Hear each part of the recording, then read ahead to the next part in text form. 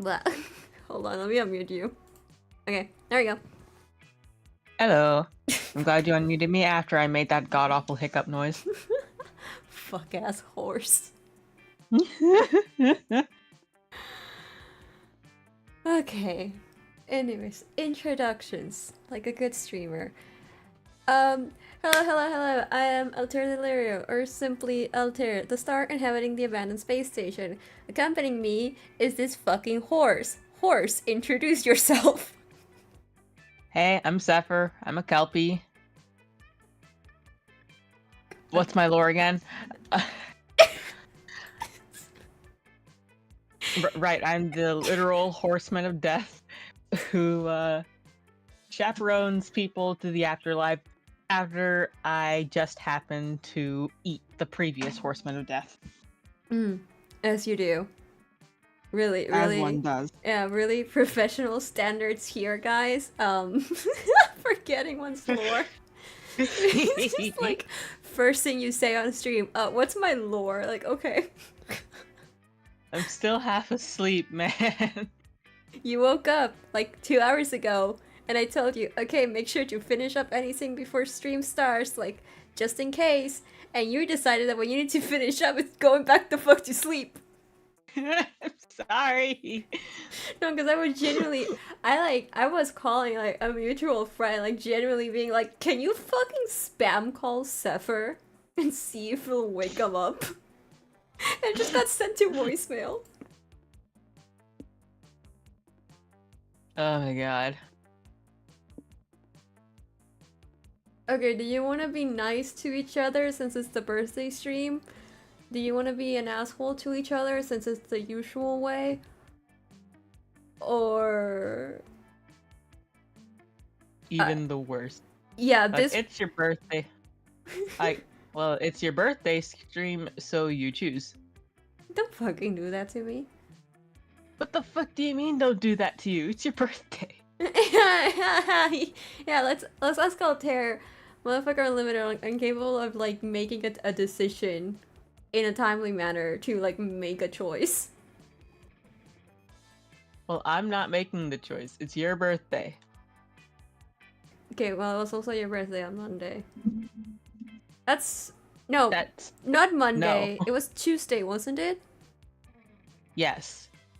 But my birthday has already passed. You're not doing that. You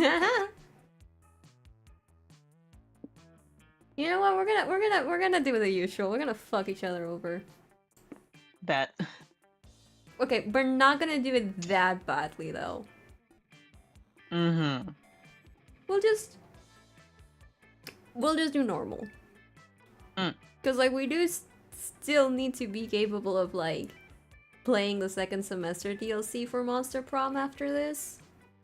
Mm-hmm. And I don't think there's like a time mechanic on this, unlike the other one. So, anyways, narrator, you wanna narrate? Okay, you mean narrator? My throat's still kind of sore from work. Okay. Ah, the road, that mystical beast of asphalt. We once tamed it in what became one of the strangest, most wonderful journeys of our lives. Back then, when we were young and unafraid. Summer was coming to an end when Polly and Scott planned a road trip. The whole thing was bound to go off rails. This was the Prank Masters after all. Prank Masters was said. Scott Howell, 21, a werewolf athlete who compensated for his rather small brain with a stupidly huge heart. And Polly Gaze, 22, a party ghost with an insatiable hunger for all the wrong things. Each of them were, by themselves, an agent of chaos. But together they were the perfect combo for hijinks to ensue. Fuck you. Who in their right mind would have agreed to join them on such a trip? Okay. Obviously. I can't believe they let Oz be the driver. I'm sticking to the default for myself. Or, no, I'm sticking to the default. I don't care. I'm sticking to the default. I hope I packed enough socks. I want a Mira. Of course you want a Mira. And I'm Giving- also sticking to the default. Mm-hmm. Time to win at road tripping. Okay, what's the vibe?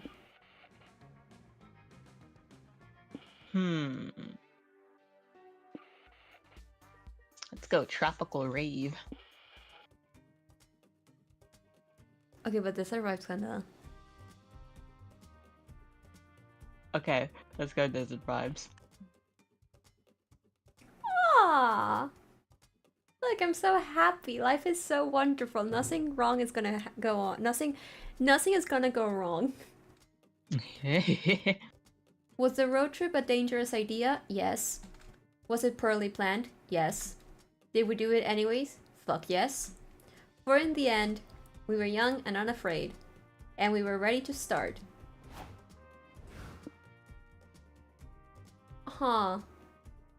Pipe is the lowest. Soul? Choose your first dare.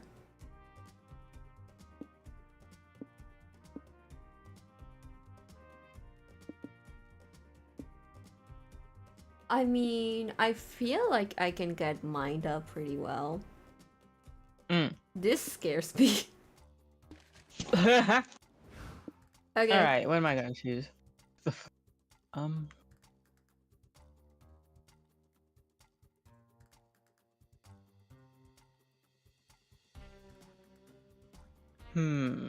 So, outbid another player in the pit stop's rise, acquire a trinket that gives you mind, or money is the lowest resource. I don't know what acquiring a trinket entails, but I'm gonna choose that dare.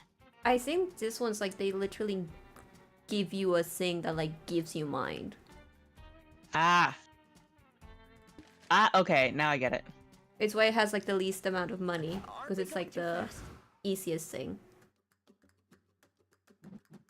Wait, are our stats? Oh no. Oh no. Oh no, I think our stats are together. Oh no. Oh no. You know, these two of these are negative, so we're gonna go to the one that has like 2 question marks, but at least the one that we do see visible is like a good thing. Let's go gambling. 69 bottles of beer on the wall. Nice. Okay. The shopping mall. It's a place where you can sort of shop online, but like offline. Hey, look who's there! You can feel young again by reviving. You can feel young again by reviving good old ways of having fun at the mall.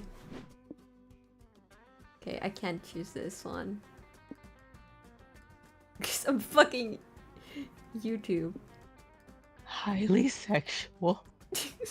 Scared for what that means though within the arcade. We should like replay this later off stream where I'm not restricted This to. is like if a Souls game just randomly started saving. That's the ominous feeling I got from arcade highly sexual. Also, this is like basically 3 options and like it'll change what you receive in amounts. This is like it'll give you something but you'll lose something. We're gonna shoplift. In game. YouTube, in game. So legally. As you're searching for the best store to steal But from. like, if you're near us and you do shoplift, we're not gonna say anything. In Minecraft. Also, hold on. Minecraft. Let me switch myself over because I'm covering up some stats. Let me just put myself down here. And also, let me Big head. You're bigger when you fucking talk. Your goddamn horse just takes over half the screen. Okay, I'm putting you here. Hold on, I'm making you smaller. Okay, there we go. There we go. Now we're not covering stats. TV. As you're searching for the best store to steal from, you see your friend Valerie sitting on the center fountain and texting. She looks up and smiles at you. Hey, stranger. Oh, there's a little... I forgot there was a little bit of voice acting in this game. So you want to do any voices? I'll do some of the rare characters. Hey, strangers, what are you doing at the mall? We are shoplifting? Moo, Scott. Eh, don't worry, I won't rat on you. I'm also a big fan of shoplifting. Ah. It's cheap, it's thrilling, and you get to stick it to the man. What? The man? Oh, I'm man. Why is he so sticky? Never mind. You guys are newbies at shoplifting, I'm guessing. Maybe I can help. Half the work is not getting nervous. Just vibe and no one will suspect you.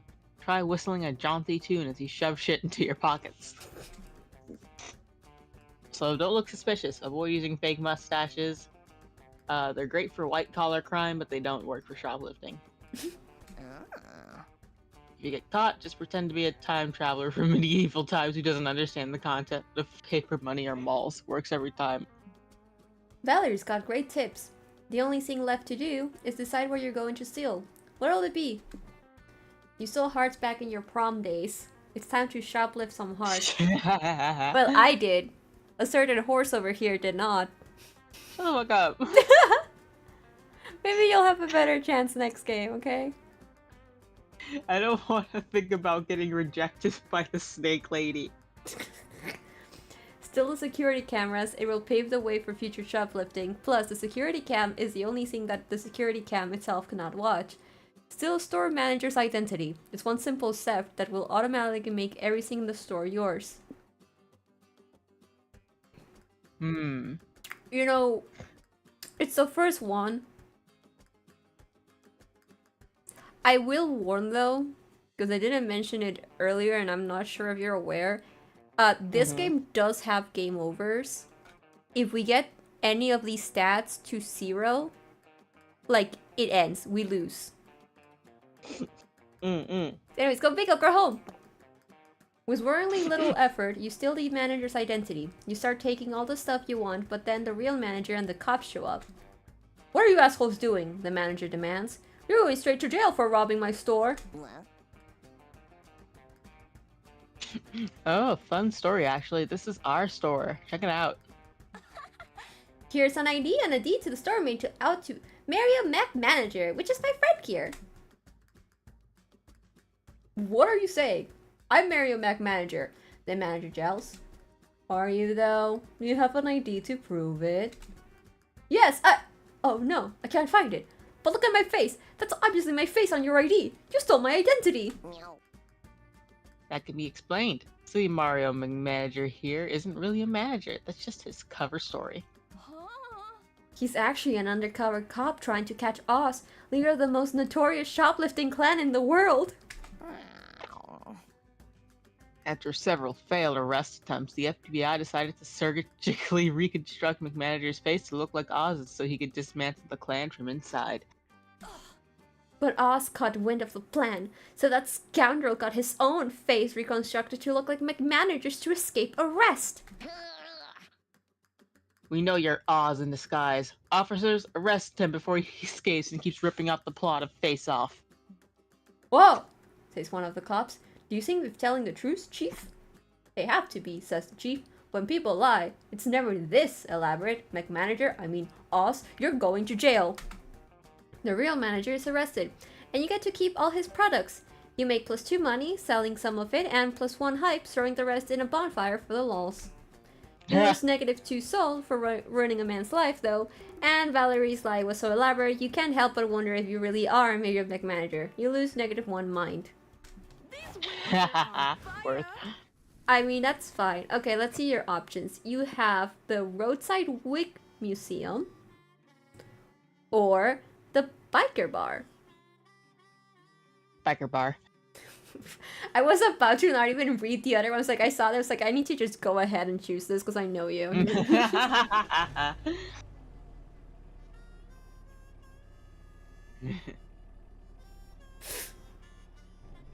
Streets for cars, man. Wow. No fucking way, bro. Really? Breaking bottles, clinking shot glasses, revving motors, the crash of a window some dude just got thrown out of. Looking for a lighter, pal? Such are the dual-set melodies of a bona fide biker bar. Well, Arena's bar isn't a biker's bar, but it's fine. She got girls. It's a monster bar. Yeah. This is your chance to embrace your inner badass. What do? So you can either start a brawl, play some pool, or grab some drinks. Let's play pool. Okay, so Let's go gambling. this does guarantee you get money, but we're gonna lose another stat. Okay. Okay. You head over to the pool table to start a game, but find 2 legendary idiots already in the middle of a game when you get there.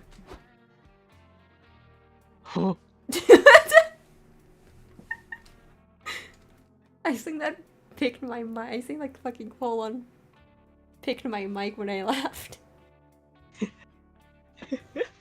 Okay, so I go all the way to the red. You want Miss Ma'am or the unicorn? I want the unicorn. Okay. Alright. I'll sink the 6 in the top left corner pocket, which will knock the 7 into the 8 ball and ricochet them both into opposite pockets. Not if I block your amazing trick shot with my even more amazing counter move. 4! The sound hits the cue ball. Whiskey swings his cue stick. Whiskey swings his cue stick like a baseball bat at the cue ball. The ball ricochets off the ceiling and shatters the 8 ball to smithereens. Damn it. You win another round of death balls, my friend. Here's your $20. I'll go pay for the property damages too. Death balls, huh? Can't wait to turn this one into a story of how I died. What are you saying? You think you can withstand the almighty power that is death balls? Death ball! Listen, I'm the greatest death balls player in the whole bar. No one has ever defeated me, and no one ever will. All the ranting is getting you intrigued. You politely ask Whiskey how exactly death ball is played. You dare challenge me to death balls at my own table? No. Yeah. Not this guy. Nani? Nani? Nani? Did someone say we have a new death balls challenger? Yep. Amira over there thinks she's got some big brass 8 balls between her legs. Challenge accepted. I accept your challenge, weakling. You challenge no one, nor do you know how this game is even played, but this is your life now, you guess. How will you beat an all-time death balls champion? Bend physics with the time-space defying curved shot, or the sad reality is you will never be better than Whiskey. You must resort to the oldest Deus Ex Machina in the book, the power of love. Ben physics. In order to pull off a feat like this, you'll need to really concentrate. You close your eyes and focus your breath. In, out, in, out. When you open your eyes, the bar is gone. You're at the sacred tribunal of the laws of physics. Can I speak? Can you? I don't know, can I? Here, the Lords of Science-Space preside over a constant hearing of regular people pleading to break the laws of physics. The Rakkas Empire has devastated my people for centuries, the current defendant begs. If I could just part the Tuskar Sea, we could escape them. Lords decree. Nirmo the Noble, your intentions are pure, but your circumstances are not extreme enough to permit breaking the laws of physics. Next! The bailiff drags Nirmal away. You step up and say you'd like to break physics to win a game of billiards and look cool in front of your friends. The pursuit of coolness is indeed a noble task, says one lord. Yes, and billiards is known to be one of the coolest games ever created, says another. I'm in. Are you guys fucking serious? Asserts Snaps. Normal can save his people, but we won't allow physics to break for a fancy billiards trick shot. Well, maybe we would have voted to acquit Normal if he had a fancy billiards trick shot to back up his argument. In a 4-3 vote, the lords vote to let you break the laws of physics to look cool in front of your friends, which you abuse the system, champ. You return to reality, imbued with your new power. You hit the cue ball, and it follows an impossible, predetermined pass. It hits all of the balls, including Whiskey's. Ouch! My balls! No, not my balls, my secret weak spot.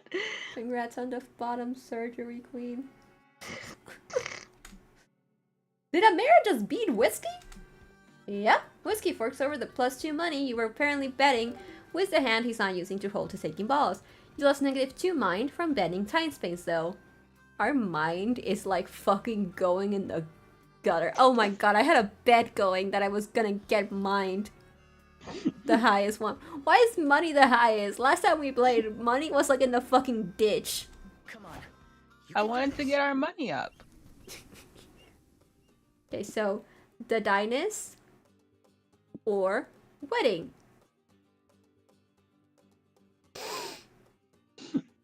I don't know why I'm even like acting like I'm debating between one or the other. Like, oh, you know, very long reservation place, or hee hee ha ha, let's fucking crash a wedding and eat some cake, you know?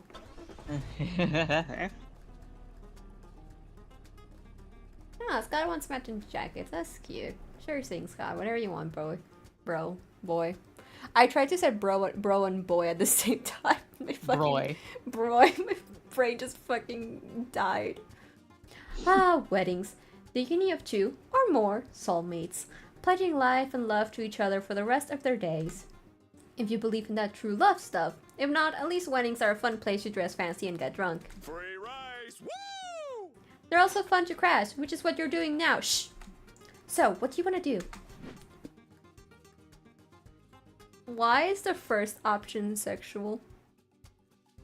Why is the talk to the runaway bride giving me that warning?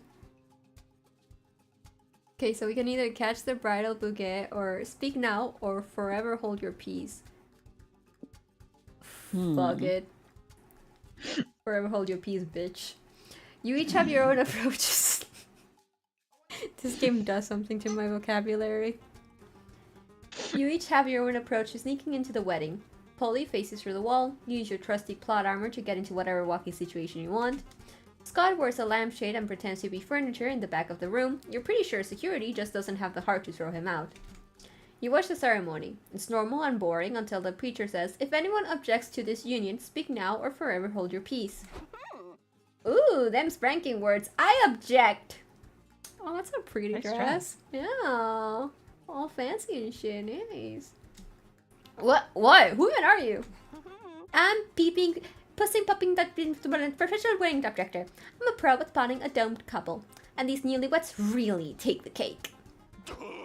I object too. I'm a lamp and I don't think it's fair that furniture can't legally marry. Oh, brother. I'm gonna keep objecting until this injustice is fixed. Object, object, object. Scott, no! Scott, this is a wedding, not a courtroom. It's not the same kind of objection. Who's Scott? I'm not gonna stop objecting until a household object's love is recognized in a court of law.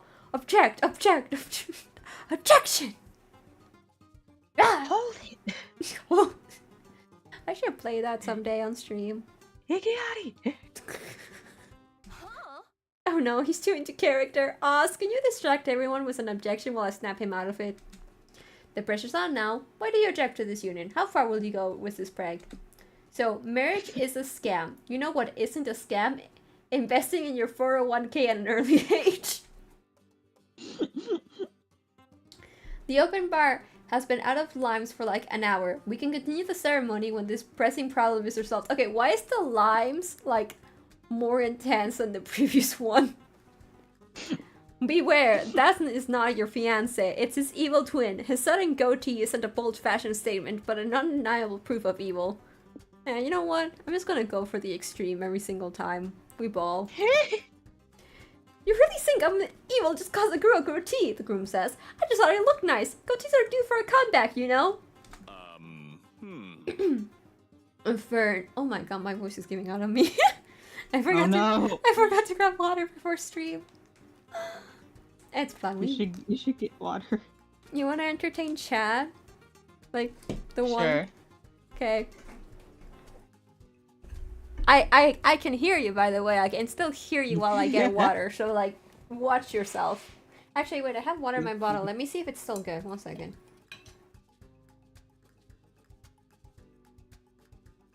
Okay, no, it's still...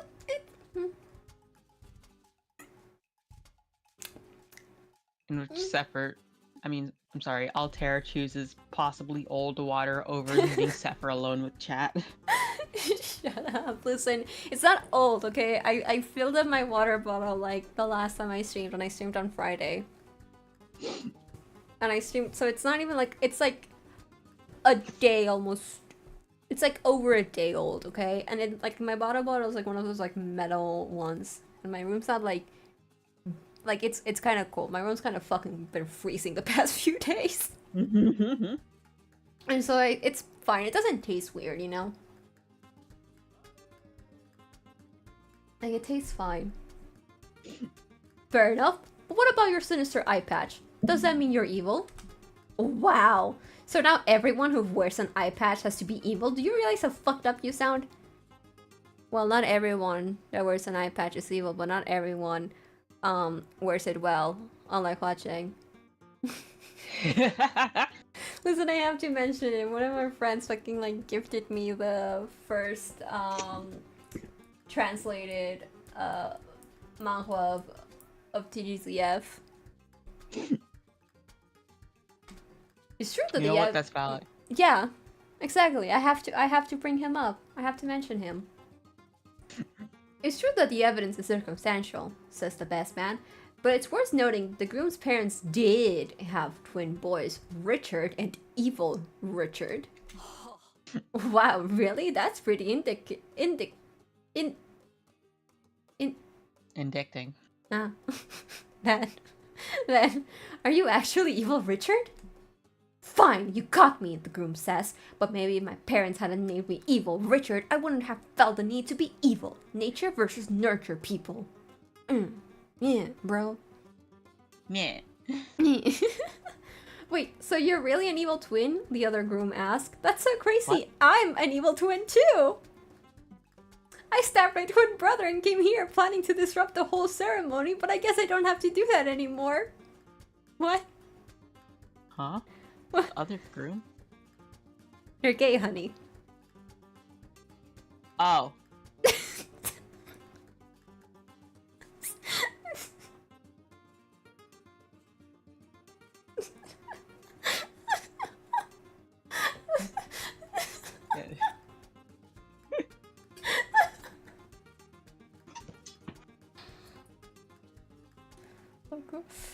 Local horse forgets gay people exist.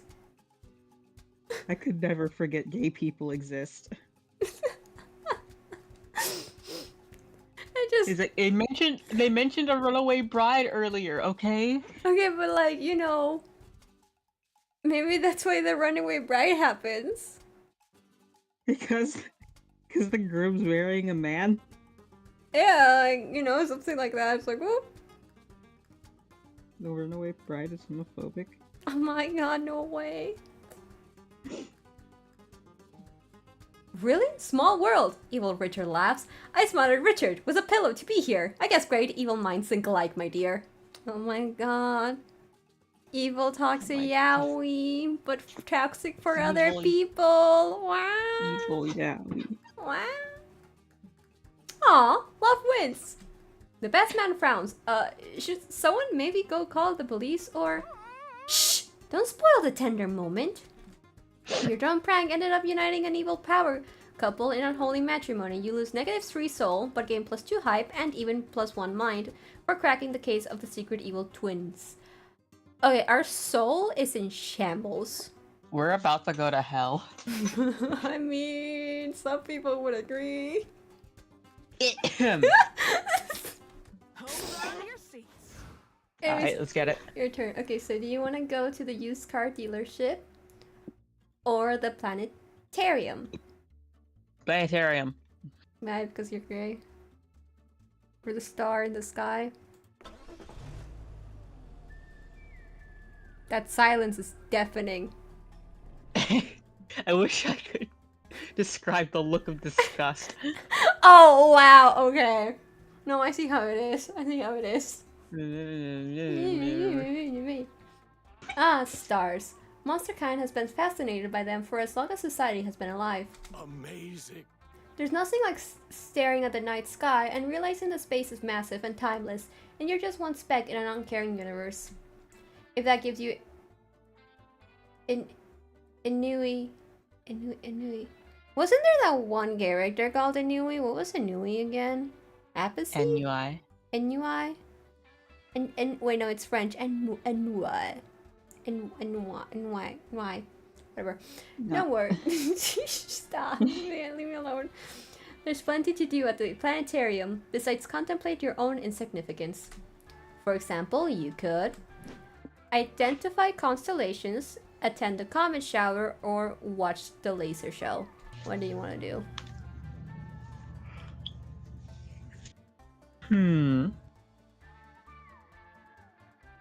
I want to attend the comet shower. Okie dokie. Lucky for you, there's a comet shower happening tonight. You and your friends settle in at the planetarium to enjoy a special viewing. Awesome, bro. This is so cool. I love comet showers. The shooting stars are all so pretty. Scott! This takes me back to Camp Spooky. Scott, remember that meteor shower at the end of summer camp? Oh yeah, you and I decided to take a break from being super invested in finding a date and watch the shower as friends. Yeah, it was great. I'm glad we weren't one of those desperate motherfuckers losing sleep over finding a summer honey. Remember when we last played Monster? Your computer is freaking the fuck out. What do you mean? Okay, I think it was your microphone. I muted my mic. Yeah, I muted my mic for a second. Okay, when you unmuted your microphone, it like reverberated like crazy and it fucking lost its mind. Do you remember when we played Monster Camp though? Mm-hmm. My fucking like desperation to get, what was their name? Milo? Yeah. Fucking, I was like in shambles. They kept rejecting me. Damn, Polly didn't have to scalp you like that. What are you guys gonna wish for when the stars start shooting? That's a good question. What do I want to wish for? Wishing for a flask that never empties would be pretty sweet. Or maybe I could wish for a talking octopus that gives me massages? I was gonna wish for world peace, but the massage octopus sounds so much cooler. I can't decide now. Here comes the first shooting star. We only have one chance for a good wish. Amara, what should we wish for? Dang, you never know what to wish for. That's why you still have wishes left in your monkey's paw. Maybe you can use your wish number 2 to wish for the clarity to know what to wish for. Forfeit the opportunity to sound cool and spend your wish on a selfless deed. Selfless deed. Wish Scott hadn't put his hand in that marmalade jar that was full of wasps. The second one, because I feel like it's gonna give us soul, and our soul is struggling a little. Just a tad. Just a tad. Just a little bit. Oh, yeah, just a smidgen. Hey, that's a good wish. And it was really nice of you to use your wish to make my life nicer, Amira. Scott, that reminds me, is your hand still stuck in that wasp-infested marmalade jar? It sure is. Man, I've probably had my hand in this thing for like 4 hours now. Damn, that's right. I remember we were gonna try to get it off, but then we got distracted by the cool-looking cloud and totally forgot about it. My brain is actively buffering as I speak. That clown was so cool. Wait, sorry, fucking. Sorry, I almost sneezed. Fucking fighting a sneeze as I spoke. I was like, That clown was so cool though. It looked like a duck riding a skateboard upside down. But then if you squinted at it and stood on your head, it looked more like a walrus taking a sponge bath. And then when the wasp stung my eyelids and made them swollen and puffy, the cloud looked like a guitar playing snail. The wasps? Oh right, Scott, we almost forgot about the jar again. Aha, you're right. That cloud's so cool, it's still distracting us. Well, better act now before your short attention spans run out again. You smash the marmalade jar with a hammer, and the angry wasps fly away. I feel a lot better now, thanks Amira. Oh, you guys grasp what just happened? Amara wished on the Sorry, I started speaking and then like my brain processed that I was still using Scott's voice. Wow, do you guys grasp what just happened? Amara wished on the shooting star for Scott to be freed, and her wish came true. You're right. Amara's like a star-wishing wizard. If her wish was bound to come true, though, it's a shame she didn't wish for something cooler, like stream-matching aquatic bikes or something. Well, you're right. That would have been a really cool wish. Oh well, guess it's a missed opportunity. That's a shame. You lose -2 hype, but gain +2 soul, for being a good friend to Scott. Welp. Well, at least there's... Oh. Oh. Okay, I need 5 minutes. Oh yeah, by the way, I'm pretty sure in this one you can like...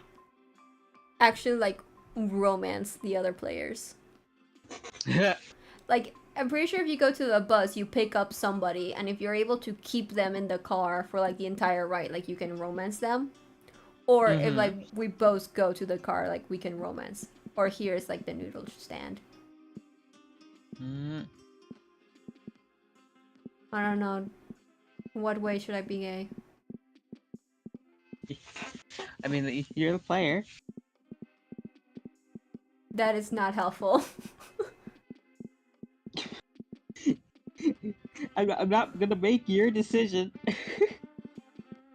Okay, what would you choose though? What I would choose would be for me. What do you want to choose? Okay, but you know, that way I can do your choice once it's your turn.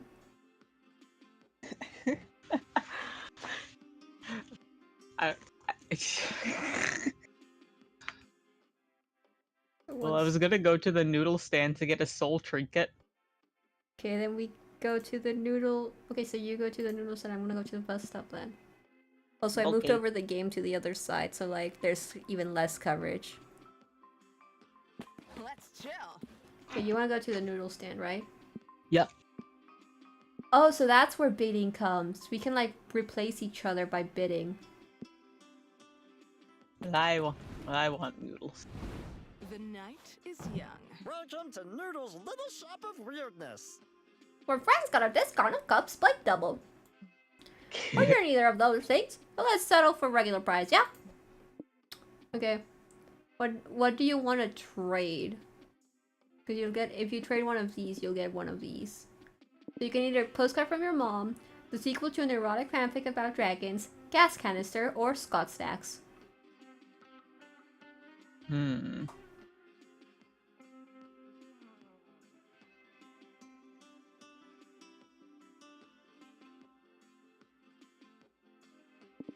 Does what I get correspond to like what thing I trade? I'm pretty sure you get to choose like what you receive in exchange. Okay, in that case, Scott snacks.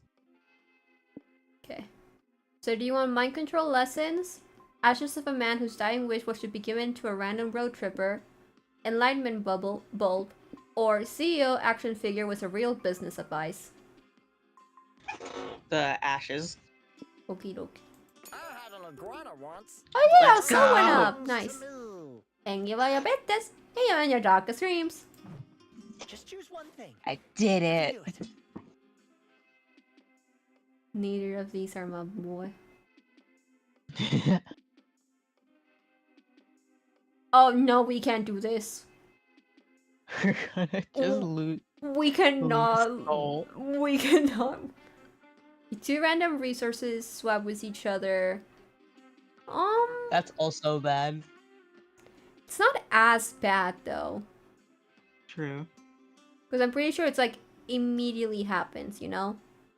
True. The other one is like literally like every time it's my turn we'll lose some soul, you know? Mm-hmm. You invite Zoe to join your road trip. My fanfic just came true.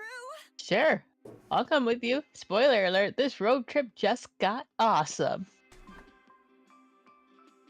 Bringing an Eldritch deity to the road trip might disrupt the fabric of reality. See how randomly two of your resources swap with each other. Eldritch powers, activate! Okay. Okay. Showtime. Oh, new dares. What do you want?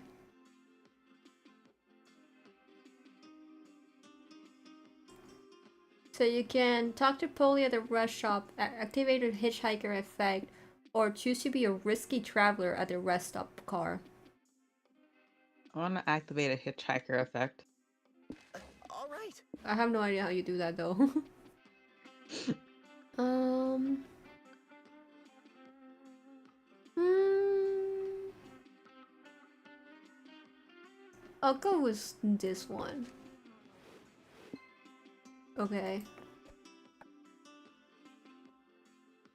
Oh, so depending on what our highest resource, right? I forgot about that. Depending on our highest resource, it also determines like our ending. Mm. So far, our ending is going towards money. Like we need 25 in one of them to like get an ending, basically. If we don't get 25 in at least one thing, we die. Oh. Week 2. Wherever I go, it'll be a blast. Hold on, let me see. Get it. Okay. Simon's Soups is a super special place or art exhibition. It is a paint splatter or a clever critique of consumerism. You decide. Super art.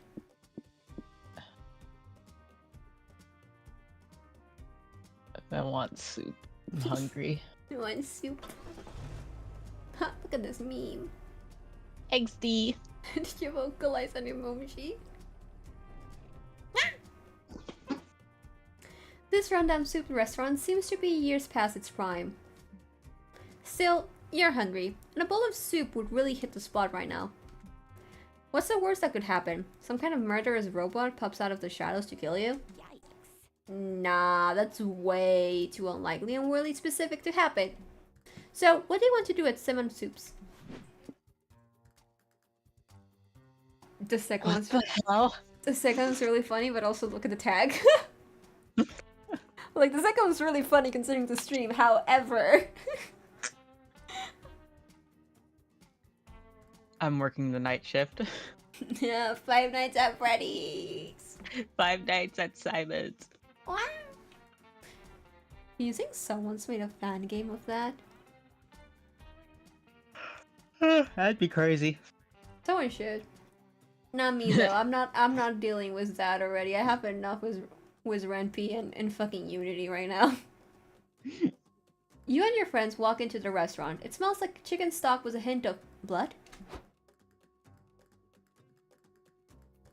Welcome to Simon's Soups, where the broth of childhood and the vegetables of imagination are stirred together to create unforgettable magic.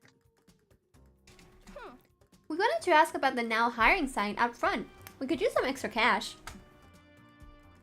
You're interested in the night guard position? Sure, you're hired. Oh, that's it? No interview? Sweet! Yeah, trust me, we're desperate. You just gotta sign a waiver first. Forfeiting your rights to sue Simon's Soups if a soup-fueled animatronic murder happens during your shift. Oh, could you maybe tell me more about these soup-fueled murders before I make a snap judgment of that? Sure. Simon's Soups was founded in the 1980s by a guy named Simon Shafton. He was a roboticist and a children's entertainment genius. He also really loved soup and was honestly kind of a psycho about it. Shafton designed the animatronics to carry out his aggressive soup agenda, meaning they do weird shit sometimes. The company got bought out a few years ago, and the new management pre-programmed the animatronics for the most part. They still sometimes malfunction after dark, hence the waiver. Anyways, the job's yours if you want it. We'll basically take anybody. How many nights can I put you down for? Maybe just work one night, and maybe when you said work, you sort of meant fool around, not like actual working, jeez. No, this animatronic still used to be murderous. One night sounds like enough nights. Get the full experience. 6 nights at Simon's. 6 nights at Simon's!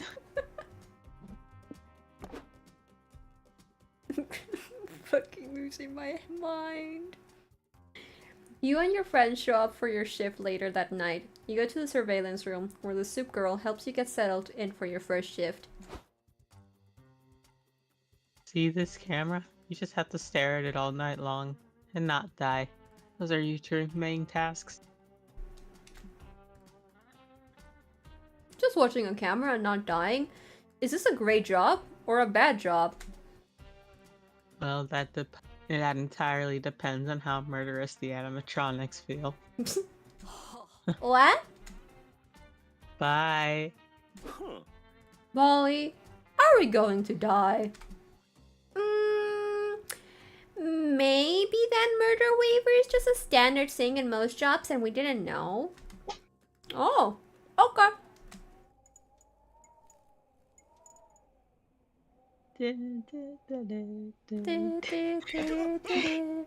Horror, horror, horror, horror, horror.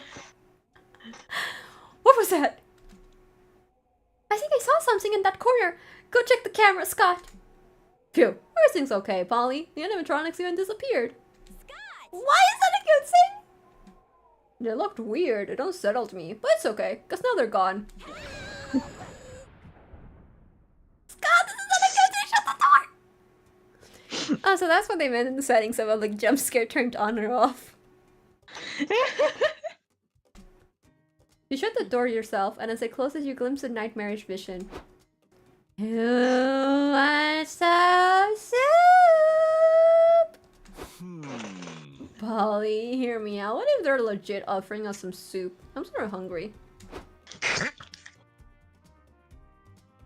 Hey there, pals. Welcome to my show. I'm Simon Soups, and I'm ready to go. So grab a spoon and open wide, because me and my friends are coming inside. Scott and Polly shut the doors, and the three of you barricade yourselves in the surveillance room. Also, since it does say the three of us, I just like to imagine that like they left Oz in the car for like 6 nights, and Oz is just like, they're kind of like, so, we good? Just wait here? Oh, okay. Like Oz doesn't have nothing to worry about. It's okay. Yeah, Oz is literally just outside in the car, like, vibing, hearing random screams, like, oh, they seem to be having fun. You spend the entire 6 nights locked in there. Fun! Working so much during the road trip drains your -1 hype, and spending those nights keeping murderous robots at bay doesn't help either. You lose -2 mind. But hey, you honored the contract, so you get +2 money and +1 stamina from some free soup you find in the surveillance room. I wouldn't eat that. I would not eat that. Are we soup. going too fast? Okay, I like the absolute difference between the two choices. So, adorable village or city under attack. The We adorable are village. fucking under attack. Oh wait, hey, those apples are. Oh, this is like Animal Crossing It's reference. Animal Crossing. There's gonna be a Okay. cult. I want to see some cute critters. It even has the star hole. Yeah, there's gonna be a cult.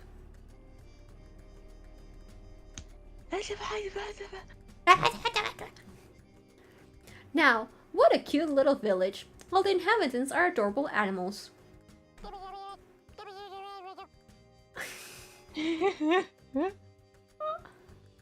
I love this little Oz. Oh, it's so cute. There's Bartholomew, the classy giraffe, Boston, the buff bluebird, Bernard, the shy capybara, and the other one. You can't wait to meet them all. What will you do? So catch bugs, attend a town hall meeting, or decorate a neighbor's house.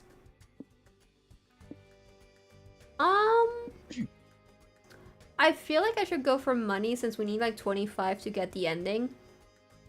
Bet. And I don't know, I feel like this one's gonna lose us money. I'm scared of this one. It's gonna be a cult meeting. Oh, you make a fair point though. You're like, oh, it's gonna be a cult meeting, like a negative, and I'm like, oh. Now let's catch bugs. We need money. We need to get 25. Once we have 25 money, we're fine. We can do whatever. You and your friends start wandering around the village looking for cool bugs to add to your collection. Hey, bro. Hey look, it's some locals. Sup bros? Do you know where the best bug catching spots are? Bugs? No, thank you. They have too many legs. No one should have that many legs. But Bernard, bug catching is a fundamental part of our culture. Without bug catching, there wouldn't be museums. But hey, if you guys are looking for bugs, you should ask that one weirdo that lives on the edge of the island. Not them. They're too creepy. Even creepier than bugs. You mean me? How long have you been standing there? 2 weeks. Hey. Hello, I'm Scott. Your little friend's here. Not friends. Mentioned you know about bugs. We're trying to catch us some. There's some woods at the east end of the island. They're great for bug catching and herb spraying. I actually need to go there. Oh, you're catching bugs too? Oh, I love bugs though. If you had anything especially special, I'll be down to give you some monies in exchange. Oh, I love me some good money. Then count us in, you little weirdo. And so, you end up in the woods, looking for a good bug for that little weirdo. Question is, what bug will you try to catch? Catch a tapeworm at your own risk, or catch a bug. But like an outright game bug.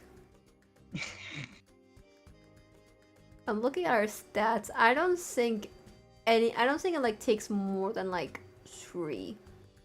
I think like the maximum should be take 3. So I think any choice is fine. I want to do this one. I want to do game bug.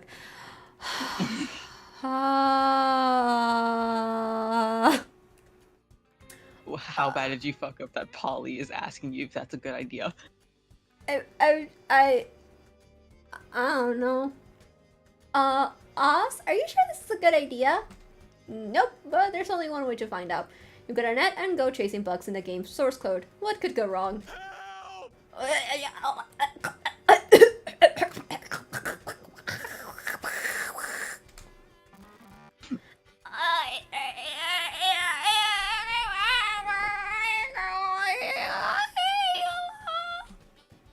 Is it over? My soul feels weird. No way, Boo. Do not do that again, ever. I like that part. I like making weird noises.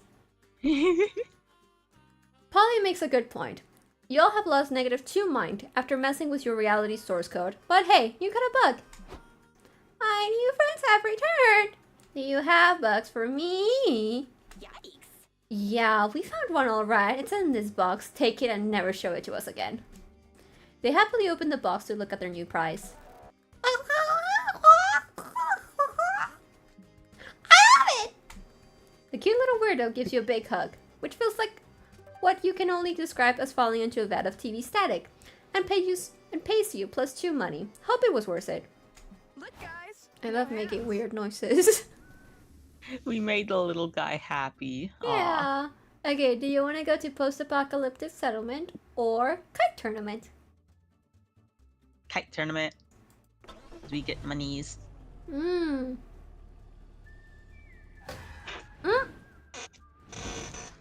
Oh, So has been silently scrolling on her phone for the last several miles, but suddenly she gasps.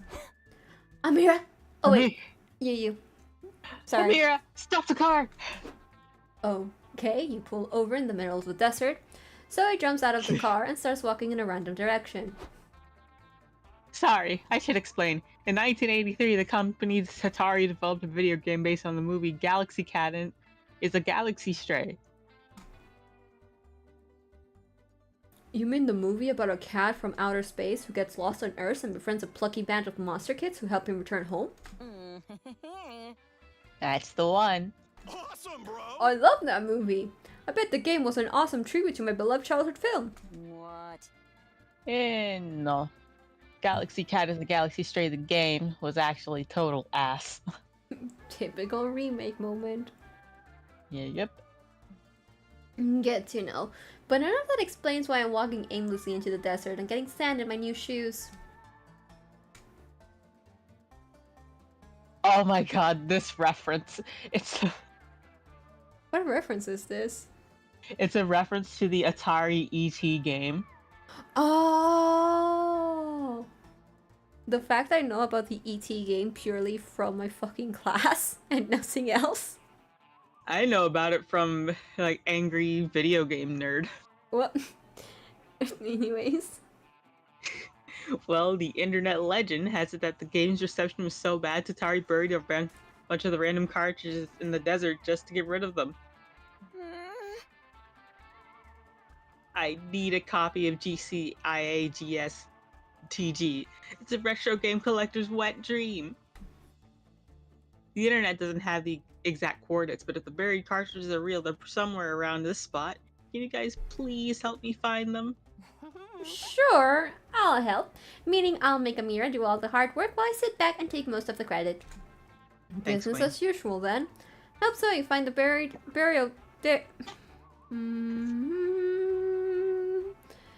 Hope so you find the burial site of these shitty retro games. Teach a dog video games so it becomes very good at sniffing them out. Gamer dog. Water this area of the desert with a potent energy drink. The best fertilizer for video games. The buried games will blossom right out of the ground. I want a dog. You want a dog?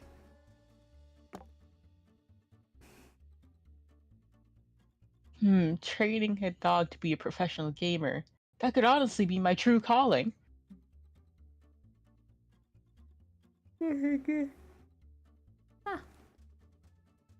Zoe adopts a dog of Grexless. It's got floppy ears, a wagging tail, and hopefully some video game prowess. Sus commences a training montage. Zoe does paw-eye coordination exercises with the dog, shows it to watch streams, and feeds it lots of Doratos and he'll do. But none of it works. Shockingly, dogs are naturally good at video games, and you'll -2 mind trying to teach it. Damn. Her mind is at 5. Dang, I guess you can't teach an old dog new tricks. And you can't teach a new dog old games either. Wait, what's the dog picking up over there? OMG! Holy crap. It dug up Galaxy Cat as a Galaxy Stray the game! Must have learned something after all. Wait, stop dog! Don't eat the cartridge! Okay, the dog might not have learned that much, but at least Zoe got her game. You'll boot it up and play a bit. Meh. Wow, this game is even worse than I thought. Fuck it, let's give it to the dog. Can I get one to chew on too? Of course, buddy. Here, fetch! At least you met a cute dog and crossed that off Zoe's geeky bucket list. Take +2 hype. This tournament is serious business. Competitors from all walks of life have trained hard for this. Welcome your new champion. Oh my god. You've got prodigies from kite flying clans, kite flying gurus, athletes of ancient kite flying techniques. And then there's you, who's pretty much just here for the drama. What do you do? Coach a stranger, place your bets, or enter the tournament. Oh, this is a new symbol. So you have to go through 3 stages by always picking options tied to a high resource. That sounds fun, but I just want the buddy. Let's place bets. You're like, It's about a half hour before the tournament starts, and you find a crowd secretively placing bets on who they think will win. Hiya! Why is my nose itchy all of a sudden? Hey strangers, I'm looking to get into the underground gambling scene. Who's everybody betting on? I'm putting my money on Chiyo, the lonesome kite, says one gambler. He's a master swordsman. What does being a swordsman have to do with being a good kite flyer? Actually, both sports require you to train your fluidity. Oh my god. Why am I yawning so much? What the fuck? Sleepy. I'm not, it's just from talking. Actually, most sports require you to train your fluidity, aerodynamicism, precise motions, pose holding, upper arm strength. Oh wow, Scott, you truly are the sports experts here. Should I put my money on Chiyo then? Wait, you wanna gamble? Isn't betting on a sports tournament illegal?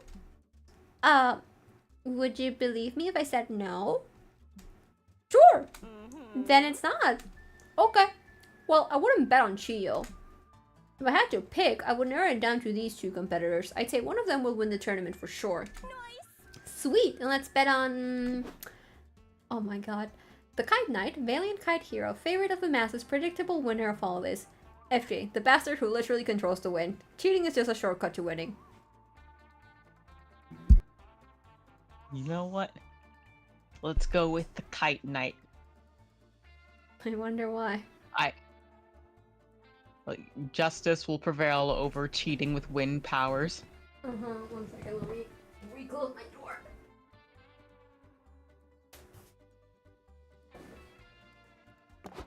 The tournament starts, and the Kite Knight takes the stage to address the crowd.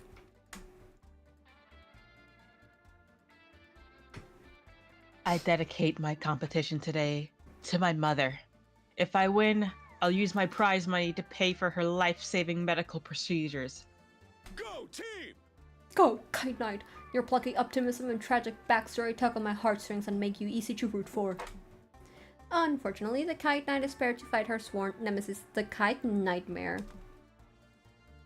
So we meet again, Kite Nightmare.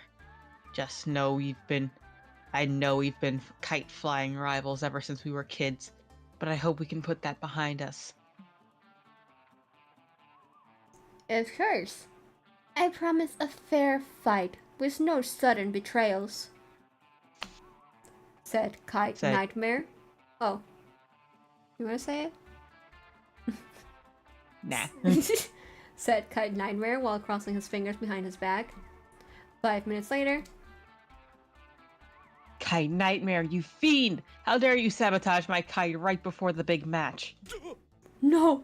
There's no way Kite Knight can win now! What is that? Mom? You put off your life-saving surgery to see my big match? I wouldn't miss it for the world, dear. I even brought you your childhood kite for good luck. That's great! I can use my old kite to compete and still have a chance to win this thing. I'm sorry, this is such a touching moment, but I just look over and see your fucking horse. Hooray! What a warm, wholesome solution to this insurmountable odds. To the surprise of nobody who understands how narrative works, Kite Knight uses the power of family or whatever to fly her kite to victory.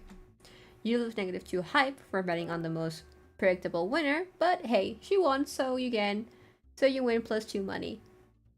Yippee! Okay. Our stats are okay-ish for now. Our stats are fucking weird. Listen, as long as we can get our mind up a little bit, we should be fine. I think we don't need to focus on money all that much this round. Like, we can get all the money, like, the next round. The Final Frontier Space Station or 90s action movie city. Hasta la vista, baby! Hasta la vista!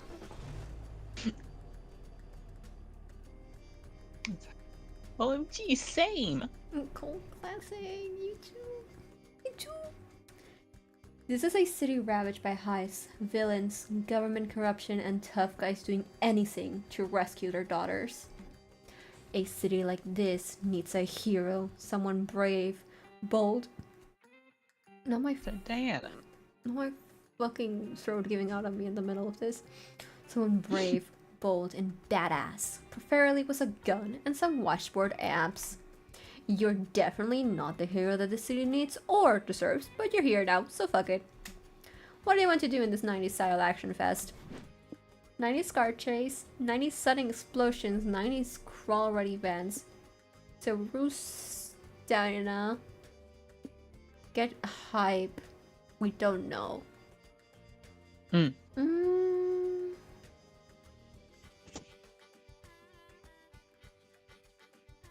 I feel like the second one might kill Mind. This one is we lose stamina, but we gain something else. I think. I mean, stamina's fine. I think I'm gonna take the risk, like have the guaranteed loss, than like risk this one losing mine, you know? Mm-hmm. You and your friends decide to check out a museum. It seems fun, and it's also one of the only buildings in the city not being actively blown up. Oh. Zephyr? Oh, I'm sorry. Hey, Polly, Scott, Oz, over here. Hey, bro. Oh hey, Dahlia! Why are you hiding behind this big potted plant? Dahlia Keto? Because I'm being sneaky, obviously. Listen, we don't have much time. The bad guys are minutes away from enacting their big museum heist. I'll keep you guys safe, but you need to crawl in this vent with me so we can jump their asses in a wicked gunfight. Wait, back up. Who are the bad guys? Why are you involved? Why do we need to get an event? Can't we just walk to the room they're in or take an elevator? Too many questions. This viewable action movie plot doesn't have time for exposition. Polly, only suspense and gunfights. Now, come on. Fair enough. You crawl into the vent with Dahlia. As you crawl, you pass two guys in bomber jackets and sunglasses. Oops, pardon us, they say. We're just looking for the motherfuckers who kidnapped our daughters. I heard the daughter kidnappers' hideout is down the leftmost tunnel. Give him hell, gentlemen. You then pass a woman in a leather spandex. Don't tell anyone I was here, she says. I'm an international spy, eavesdropping on a terrorist meeting. My lips are sealed, miss. Good luck saving the world. Then you pass a guy with his gnarly eyebrows sorry, he says, I'm heading to, something action movie stuff. He waves goodbye, only to realize he's crawling in the same direction as you. Oh, are you guys headed this way too? I guess we're going there together then. Ah, great. Now we have this awkward tension where we're all pretending to not notice this guy, but it's so obvious that he's still crawling with us. I can't take the suffocating silence. Oz, talk about something. Well, you could discuss the weather, but it's hard to know what the current weather is when you're in an air event. So, what else you got? So I can either find common ground, praise the city government for their recent investment in local infrastructure, focus on tripling the number of vents in every building, ask him if he's read anything interesting lately. 1. Action movie heroes can also read intellectually stimulating books.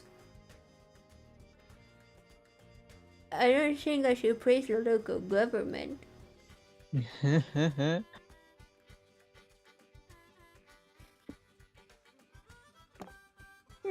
Stop yawning! Holy fuck! I have, actually, the stranger says. I just finished Homemade Bomb Creation for Dummies. It was fascinating. What do you need that knowledge for? Lots of things. Take this scenario. You've been knocked out and locked in a janitor's closet. Just combine bleach, floor polish, a cup of vomit absorbent, shake it up in the thermos, and boom! Homemade explosive to bust the door down. Or perhaps you're having dinner with your girlfriend's parents and the evening is full of stares and awkward silence and you can't take it anymore. Using chicken fat, a fancy candle, a 3-tinted fork, and the C4 you stashed away for a heist later, you've got to take it out of that mess.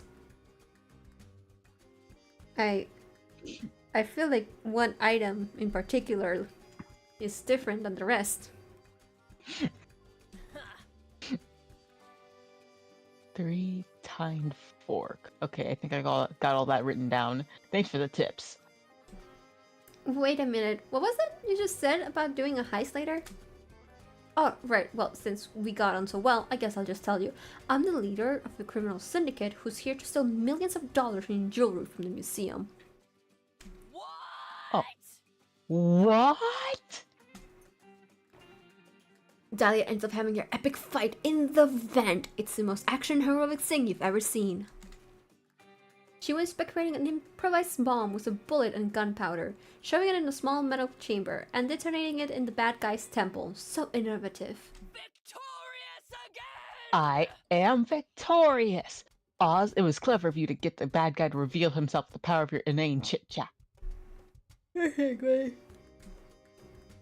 I never would have thought to try it. I mean, it's small talk. Dahlia never does anything small, but good work. I got fucking scared. I think my cats were at my door and I was like, what the fuck? You lost -2 stamina, crawling for so long, but you gained +2 mind out of discussing books like a nerd. Okay, good. Our might is back up a little bit. We're okay now. Okay. Quick break, then Where back do you on want to the go? road. To the bus stop. Okay, I need 5 minutes. I'm gonna go. I'm gonna go to the. This is going well. I'm okay. You check Polly's dare list and decide to count every grain of sand at the rest stop. You pull out your abacus and get started. 1, 2, 3, 4, 5. By the time you've counted 1,558, The fuck was that? you're trying to open my fucking door. 1 second.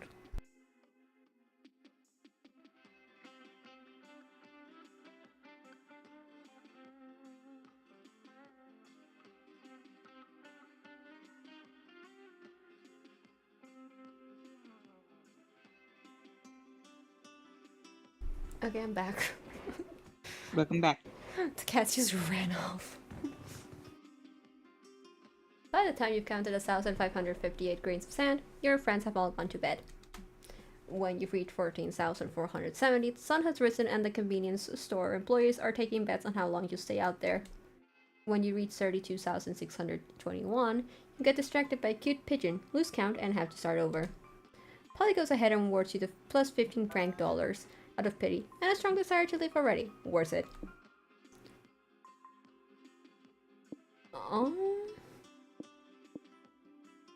I'm so scared this is gonna fuck us over. The night is young. Okay. So what do you want to do? Talk to Zoe or change? I want to change Hitchhiker to get a new effect. Okay, so for 1 week, every turn you'll gain +1 of your lowest stat and lose -1 of your highest stat. Or for 1 week, every turn you'll gain soul and lose magic. Joy.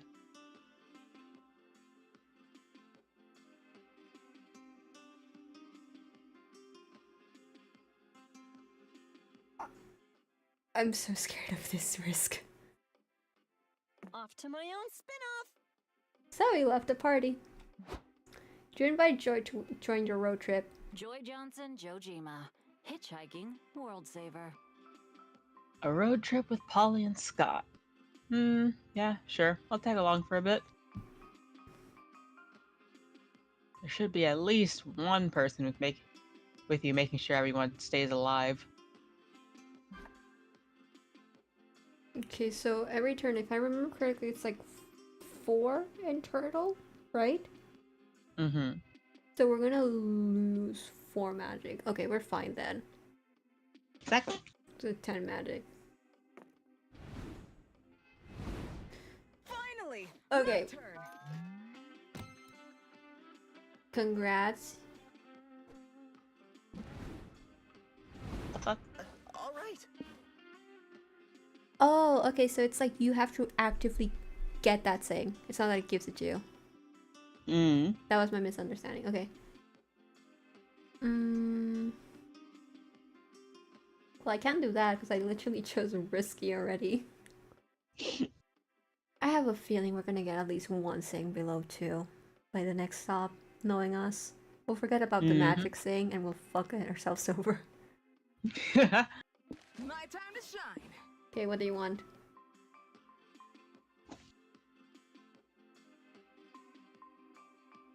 Location with no known resources. That should be pretty easy. Okay, we're close to the money thing. I think we can get the money one this week, and that way we don't have to worry about it for the rest of it, you know? As long as we don't choose ones that loses money if we're like exactly 25.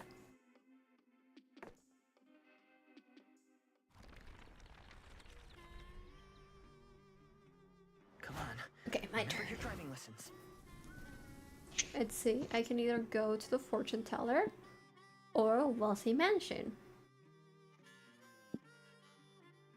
I mean, I mean, we did say that we needed money. Oh, I got an achievement. Ooh. Oh. What? Huh? Huh? Huh? Huh? Huh? I'm scared. Hey, yeah, you just reached high amounts of money. Good for you. Does that mean you're aiming for the money-based destination? If so, there's a wacky adventure that could unlock a layer for that destination. Wanna go for it? Yeah, Let's do it. great. The adventure will be waiting for you on the road. Sorry to break in the forest wall. See ya. Why he built like that? Why is he only wearing that? Wow, this is one fancy house. These people must be rich. There's a sort of unsettling vibe to this place, but that's probably just what being rich feels like. Excellent beverage. 2 pinkies up. And now's your chance to barge in and see what billionaire living is like for yourself. What interests you the most? So, family games, grandpa's fun experiments, babysitting the children. I say grandpa's fun experiments. This better not affect our magic. We may actually die. You and your friends ring the manor doorbell, and a wealthy woman dressed in furs answers. Oh, hello, she says. Are you here to look after Grandpa? We're not trained to care for old people, really? I don't care. He's driving me nuts. I'll give you +2 money to look after him. Follow me.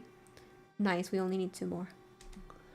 Okay. You're taken into a dark, shadowy basement where you find an old man using a circular saw. Suffer. Oh, visitors, come in, come in. So nice to see you.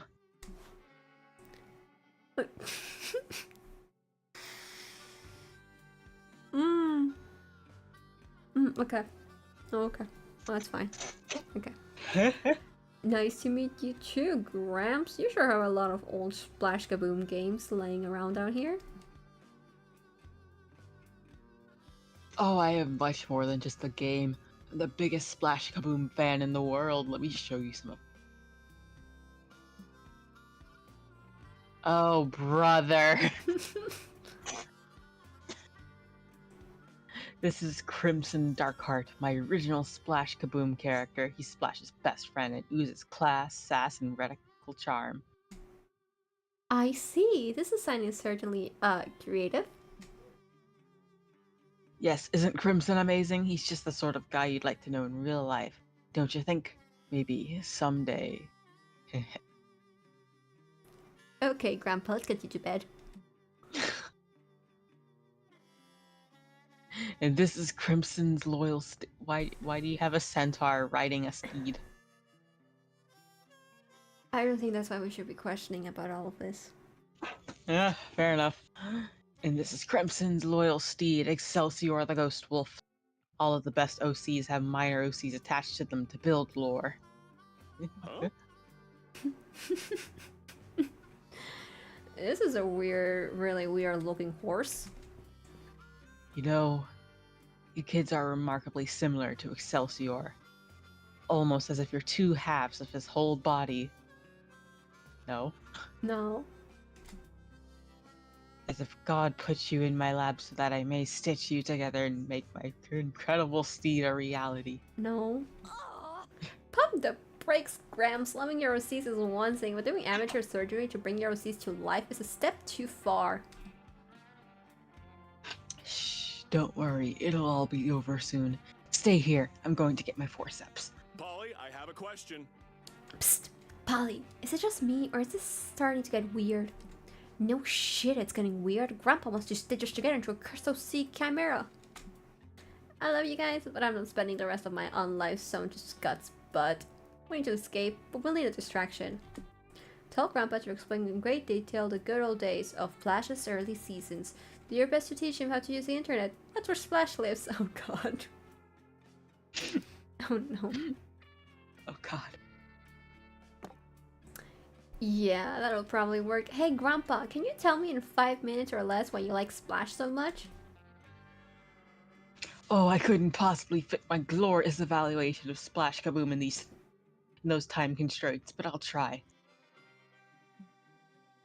I've loved Splash since I was a boy. Splash and his friends have felt like my friends, and making characters in their world was my ultimate fantasy escape. Sadly, the franchise took a nosedive in the 80s when the creator killed off Toots, the best character. Fans were so incensed, we trampled that fucker in the street. Yes, I was there. I held the bastard's head down while a man in full Toots cosplay slit his throat. Ah, memories. But since then, they've been pushing a stupid agenda with Splash. Like, friendship is magic and you shouldn't behead creators because you disagree with their ideas. Ugh. Back in my day, Splash didn't shove any of that PC crap in your face. The comics were bloody, and the characters were sexy. It was a dream. The new writers weren't brave enough to do Splash right. The way I would do it. I say give Splash Kaboom's tits back. Okay, I've had enough of this explanation. I'm losing -2 hype by the second. Scott, now. Scott hits Grandpa across the head with a chair, knocking him unconscious. You all run for the exit. Bros. Wait, bros, this isn't the way out. This is a dungeon or something. From the shadowy corner of the room, a bleeding, shambling, stitched together creature trudges towards you. Oh god.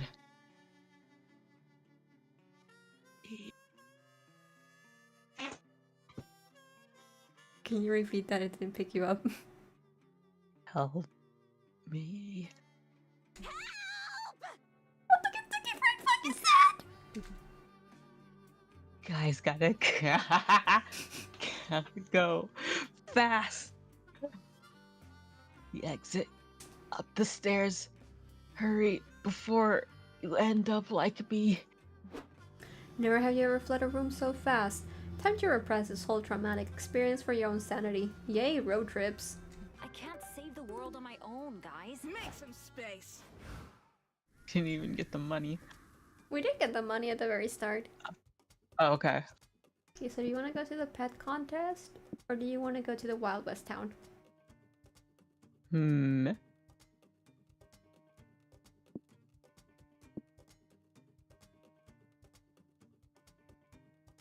Pet contest. Okie dokie. Because we need to repair our hype. now. Oh! Oh, Okay, it's gonna give us soul. You're driving along when you see a fire hydrant explode. An aquatic knight in full armor steps out of the geyser. halt, metal land horse. Come hither. I bid thine assistance in finding my way post haste. Beluga guy, I like this. Don Quixote sounding ass. What? Huh? He's asking you to pull over and give him directions. Oh, okay. Could have just said so. Good morrow. I am Brigadier Beluga, servant and soldier to the glorious Vanderbilt crown. Ah, that's cool. We went to school with Princess Miranda. Not to brag, but we're pretty tight with the Vanderbilts. Is thou so tight with the royal family that thou hast been given a quest upon which rests the fate of the entire Mer Kingdom? Lame. No, thank God. That sounds like a chore. Nay, 'tis an honor to aid the royal commander Belanda in her latest brilliant war campaign. The commander is hard at work sieging aquariums and liberating the fish within to prepare for a full-scale invasion of this accursed dry land. Which thou didst not hear about from me. However, this latest siege is posting a unique challenge. Those scoundrels hath built an impenetrable wall around the border of the aquarium. I go now to aid the commander, but alas, I know it's not where to find the aquarium, nor do I even have a plan for whence I arrive. Go team! Oh yeah. We're gonna help you, bro. Coach says to leave no soldier or teammate behind. Amara, what should he do? There's no need for confrontation at all. Just ask the workers holding the fort if they're billing the siege-related extra hours. A Trojan approach. Cook some hot dogs and send them a much-needed hot dog vendor, but hide one or two Merry Kingdom soldiers inside the card. The second one. Aye, aye, Captain. Let's do it! Great idea, Amira. Any idea involving hot dogs is bound to work. 'Tis a good plan, but alas, I have no dogs, hot or otherwise. Nice. Don't worry, you have some hot dogs you can have. They seem to help you pull up a Trojan horse scam. Later, at the battlefront. This is a brilliant plan. Mer Kingdom history will be forever changed by Commander Belanda and the hot dogs that turn the tides of war. Huzzah! 'Tis a great honor to let a Vanderbilt princess take credit for my idea, which I myself stole from a stranger on the side of the road. Damn right. That said, it's too risky to stash you in the cart itself. Need a better hiding spot. Follow my lead. Belinda and Brigadier Beluga approached the hot dog vendor with big scalpel and a rag soaked in chloroform. Thanks again for volunteering to be the hot dog guy, soldier. We just need to sedate you real quick before you go in. Sedate me? Why? To receive thine tetanus shot. 'Tis mandatory procedure before a bloody battle. But I already have my pet tetanus shot. Did I ask? I'm your commander. I'll give you 10 tetanus shots if I damn well want to. Can't argue with that. As soon as the soldiers asleep, Belinda cuts open his stomach to hide Brigadier Beluga inside. Use the snorkel to breathe through his anus. When you hear him say hot dogs for sale, that's your cue to burst out of his stomach and attack. I shan't disappoint you, Commander. Glory to the Mer Kingdom. The invasion goes swimmingly, and the Merry Kingdom takes another outpost. You gain +2 soul for helping, but lose -2 stamina, giving away those hot dogs. Or stamina is going to shit. Dear God. Okay, can you take over speaking for a little bit while I rest my voice? Sure. You're surrounded by pets of the highest pedigree. Here to prove that they're the best of the domesticated animal kingdom. Anime. Shut.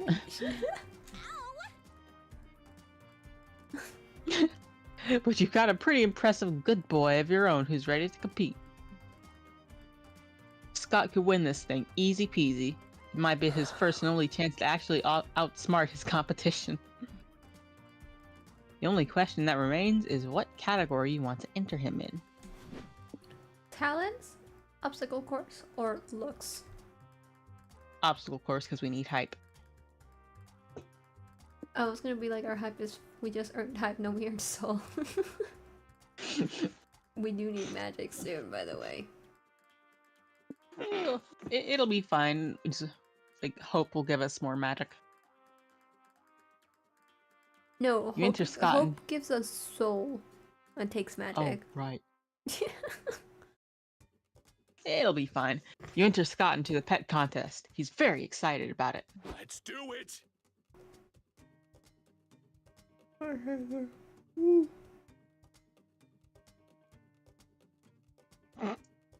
Oh my fucking god. This will be fun. I need to transform first. Polly, you still got that picture of a full moon? Yeah. Oh, I've got a full moon, alright. Peep these cheeks. Polly moons you with her bare butt. Ow! Wow, that really worked. I was just messing around. The magic rules of this world make no sense. Woof, woof, woof. Wolfscott is ready to dominate competition. Who Wolfscott need to eat? I don't think eating the other competitors is part of the deal, buddy. According to these flyers, there are actually several different obstacle courses we can choose to compete in. These obstacle courses will engage your pets, muscles, and agility. Wolfcott's had muscles! Along with wits, grit, charisma, bureaucratic expertise, an ironclad moral code, and full understanding of life and death. Huh? You think your cat would be able to pass this? No. Nah. The only thing that would keep him from failing is the ironclad moral code. Ah, yes. He has no morals.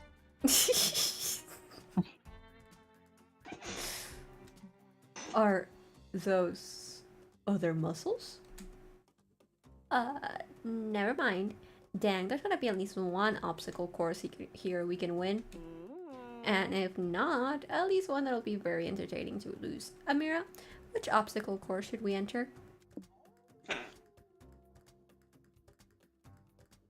Trolley course, social climbing course, or permit course?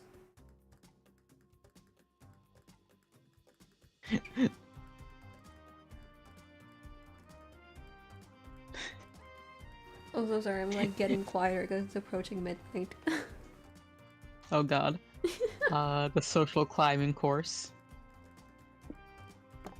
When I'm with you. But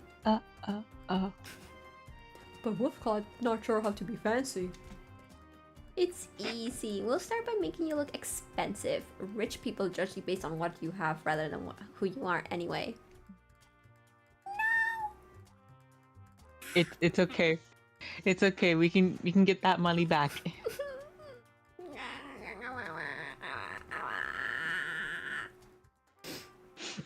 Narrator. Pfeffer. You spend -2 money to buy Wolf Scott some fancy clothes.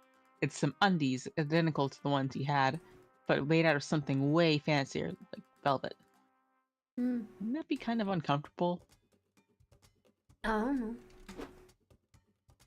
You and Polly spent hours teaching Wolf Scott fancy phrases and commands. By the time the competition starts, this mangy mutt has gone full purebred pedigree. Oh hey, it's you guys. You got Scott to compete in the upper society course, huh? Good luck defeating my pet. His name's Astaroth, and he's the fanciest little creature in all of hell.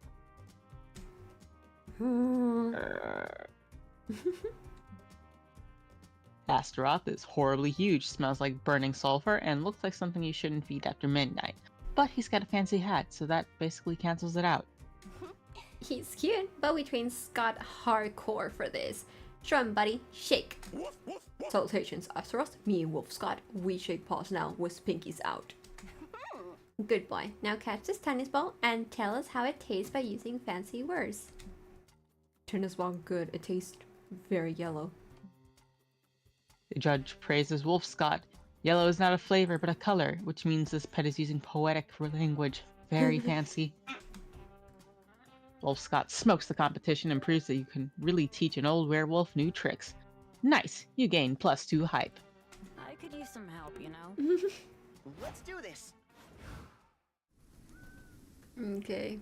So I can either go to the shady property or secret government lab. Shady property.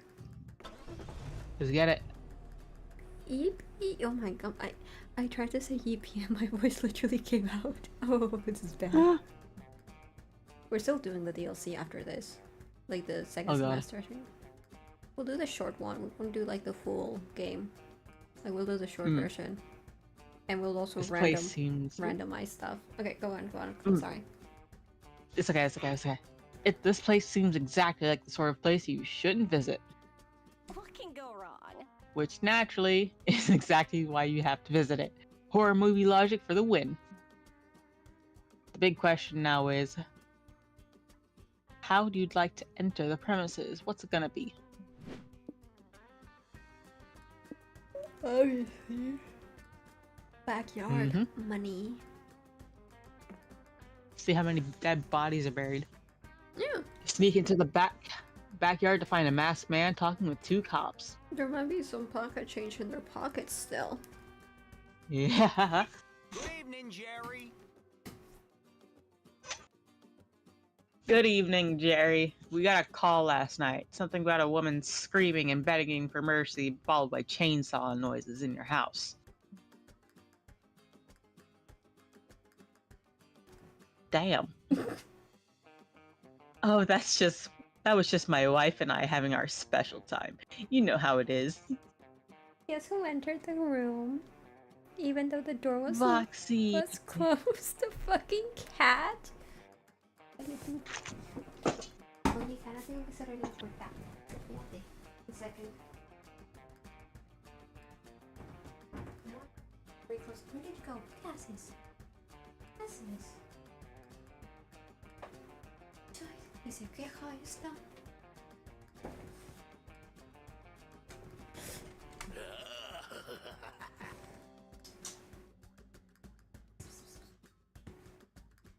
Zephyr. Oh, I hear that. Happy wife, happy life.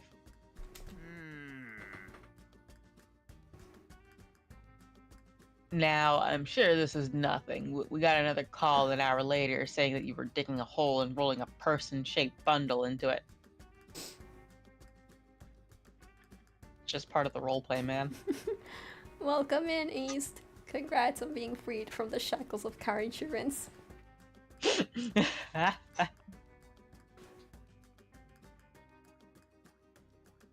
Oh, I was just gardening. Yeah, I always do my best planting at 2 a.m.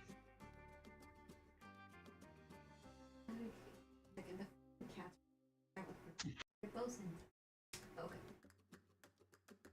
I have both of them in the room. The yapper and the quiet one. Makes sense.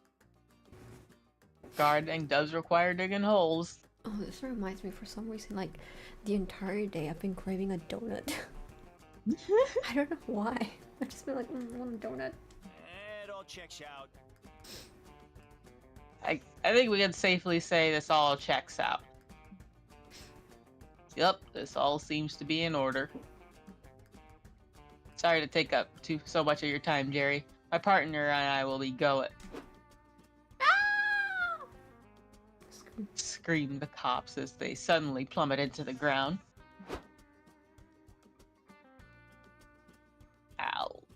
Silly us, suddenly falling into the sudden 6-foot hole. Thank goodness our fall was broken by the soft corpse. Wait a second.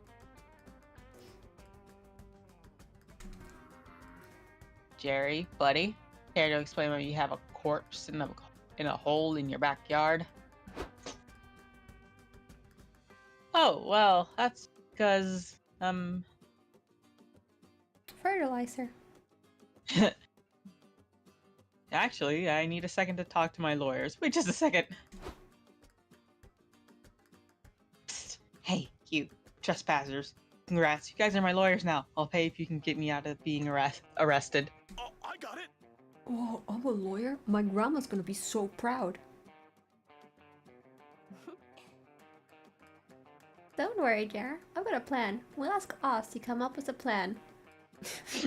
East says that one of the cops has wings. You just can fucking fly out of there.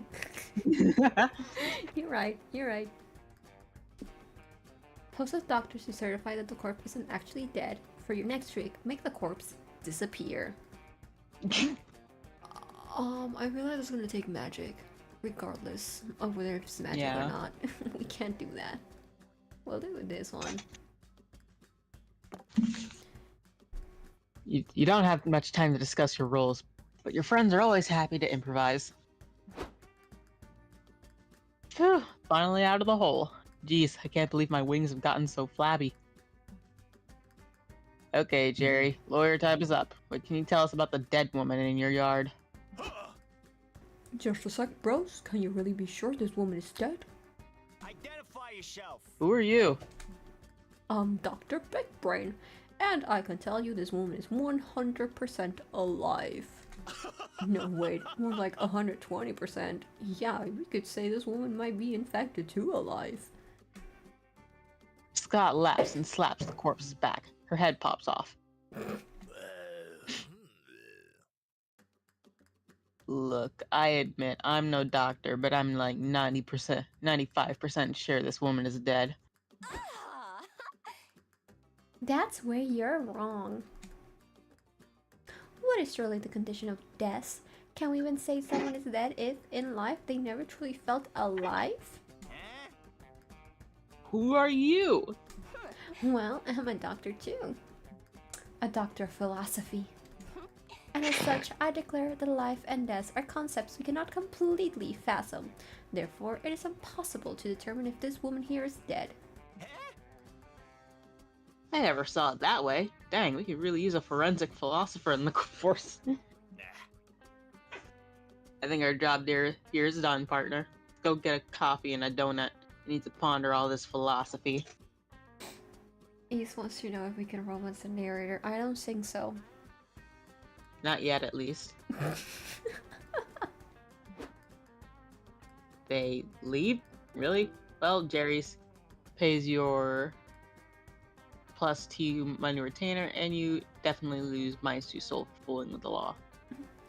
Okay, but it's fine because Joy. Hope's been giving Hope. us. It's either Joy or Hope, giving us fuck ton of soul. Yeah, well, it's one's name or the other. Evil waits for no one. Leave it to me. Oh, we need magic. We have 7. We're fine so far. I'm pretty sure this is like the last turn, anyways, before we switch. So, hole. Oh. Truck. Hole Uh, or truck?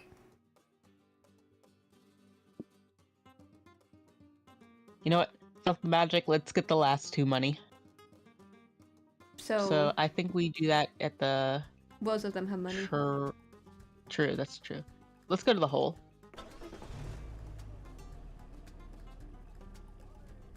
He knew so much about chainsaws. So much. I did not Hole in the realize desert. this game was so long.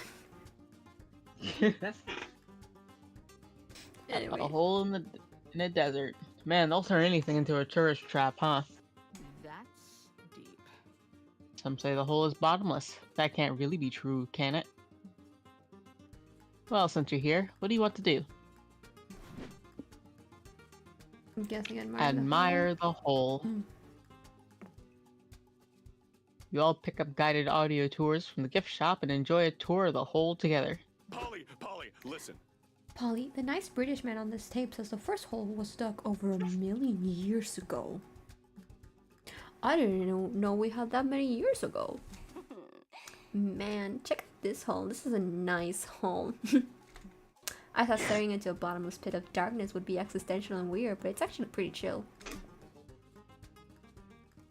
After the tour, you drop off your audio tours at the gate with the nice elderly couple who runs the place. Thanks for the cool hole, guys. It's been real. You start to wave goodbye, then the old man bursts into tears. Aww. Oh, sorry. Wasn't something we said. Oh, it's been unreal? Is that better? No, don't worry. You kids were great, the other old man sighs. Oh my god. Gay old men. Yippee! We've had We wish evil we- Yowie and old man Yowie. We wish we could find more visitors like you to keep us from going bankrupt. Okay, well, you're gonna give us money, so I don't know how much the plan is gonna go for you. I'm just saying. I'm just saying. I think we're gonna take over the big business. Fuck. We bought this hole 40 years ago from a handsome entrepreneur who promised to make us rich and famous overnight. You bought a hole in a desert from a guy? Did he even dig it? I'm pretty sure some guy just scammed you into giving him money for a hole. Sure, but at first our investment paid off. The bottomless hole is what you kids might call the new Coachella. Does that still exist?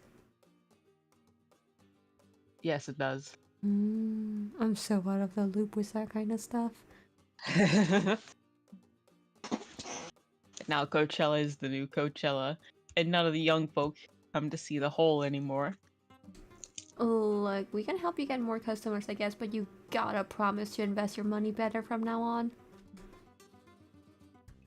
Sounds like a plan.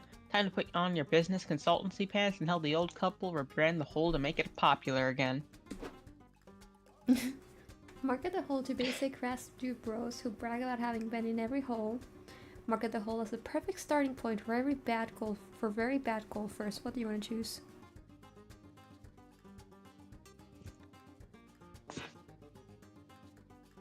the crass dude bros.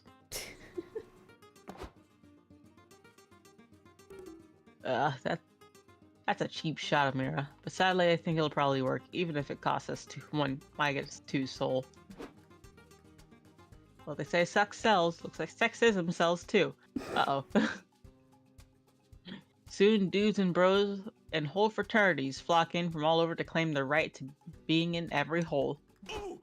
Whoa, that worked quick. I guess bros really like digging holes. Oh, Scott. Aw, Scott. It's not that. These guys just can't stand having their fragile masculinity shaken by being the butt of the joke. They have to be able to say they've been in every hole. It's dumb. Oh, brother. Hey, Scott. Good to see our little cousin here. Now we've all been in every hole. Didn't you mean to say, oh, cousin? Sorry. Sorry.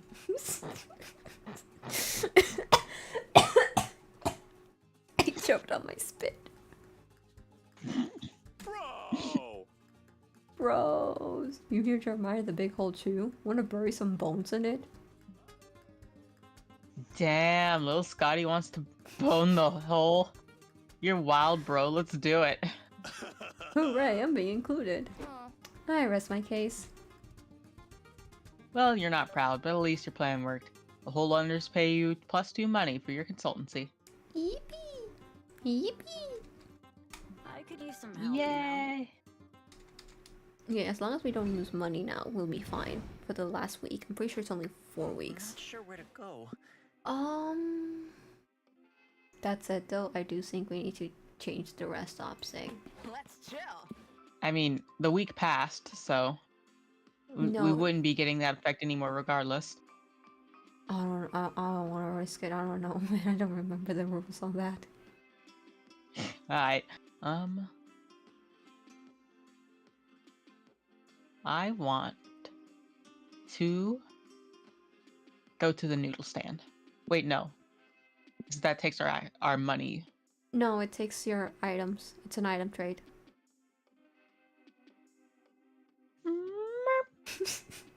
Letting you know, the stream can't hear the cat still. Right. I'll go to the noodle stand. Quick break, then back on the road. Howdy! Boomerang. Welcome to Noodle Swap Shop. Available by invitation only. Oh, but I didn't receive an invitation. Who cares, really? Anyways, choose something already. So what do you want to give up? Sequel to the road fanfic? Gas canister? How to road trip the book? Or someone else's credit card? How to road trip. Okay, and do you want evil lady trapped in a snow globe? Inflatable boyfriend? The truce? Or an incredibly delicious salad?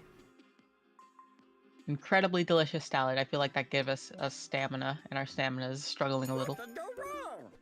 Let's do a little dance. Wow, and yeah. play. Thanks for stopping by. Are you sleep paralysis demons I said hi? Okay, I need 5 minutes. Moth! Oh my god! For 1 week every turn, you'll gain a random resource and lose another random resource. Nope. Use your true lowest resources in order to gain that amount of your highest resource. You ball? Use your -2 lowest resources in order to gain that amount of your highest resource. Our lowest is mind, and it's either gonna be magic or hype. We ball. We I say ball. we ball. See you next I want the season. lamb. Yeah, also the other option could fuck us over was the ending. So we ball. Joy left the party. You invite the lamb to join your road trip. I still Look at I her. still haven't gotten this game. We can play the multiplayer DLC at some point. Oh yeah. I need to get the game first though. We should do that though. Sure. Wow, look at me following someone else for a change.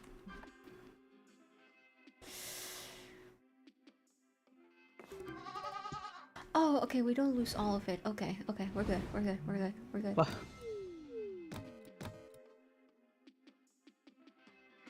Oh, huh?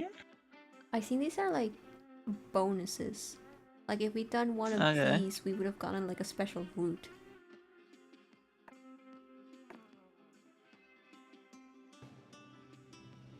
Oh,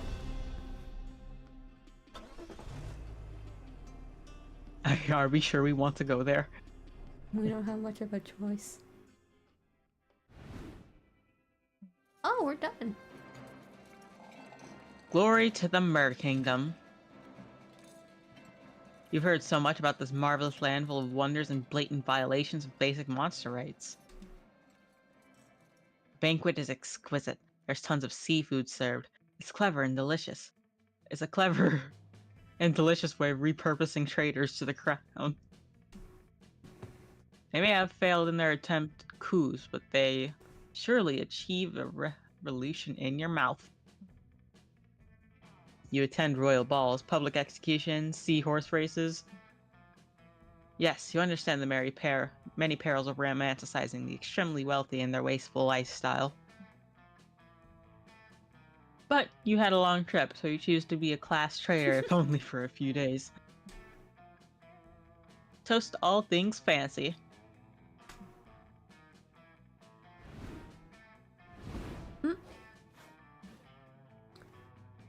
You were so excited to get to the Mer Kingdom. The thing is, a couple stops ago, your friends made a silly mistake and took a stranger with them that they're convinced is you. What a wacky error.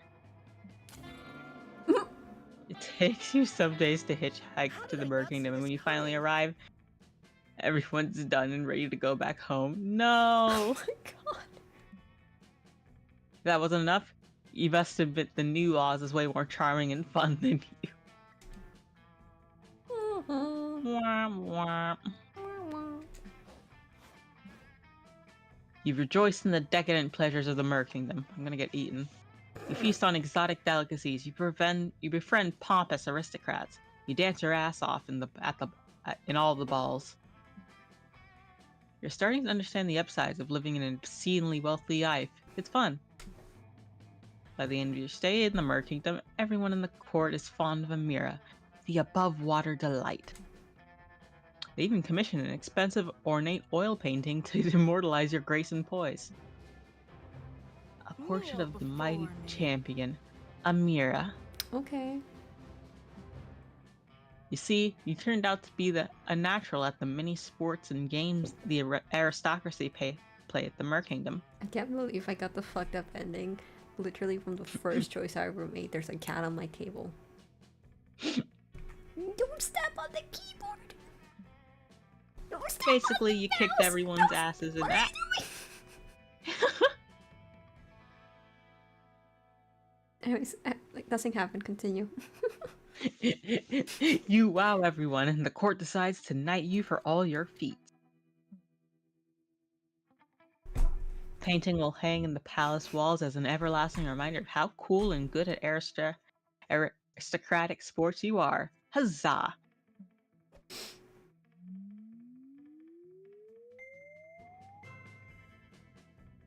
Ha! You want my prank dollars only, though. I still won though.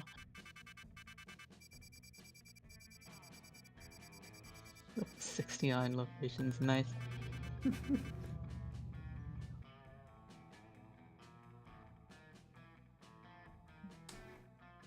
And just like that, the road trip came to an end. It was full to the brim with danger, fun, and utter nonsense. It was everything we could have expected from a trip with Polly and Scott, and then some. We not only survived the whole thing, but we conquered it and came out different people.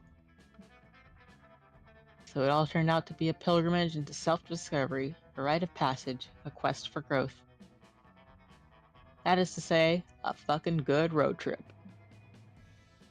As we were headed back home, I thought about how all of this was just one of the first stops in a much bigger journey that was only just beginning. Okay.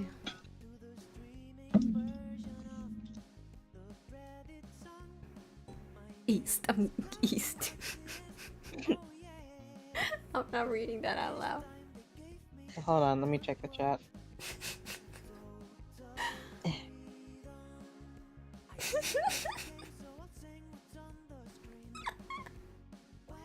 What the hell?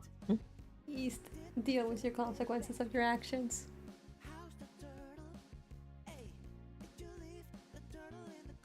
Okay, after this, it is time for the DLC time.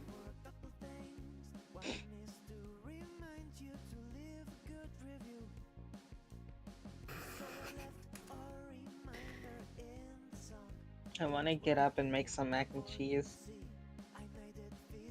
You can get the mac and... How long does the mac and cheese take you? Like 5 minutes. Run. Go. Okay, be right back.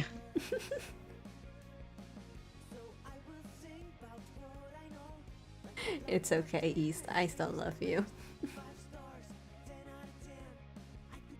Okay, once we're done here and Zephyr comes back with the mac and cheese, we will be playing the second semester, the DLC for Monster Prom.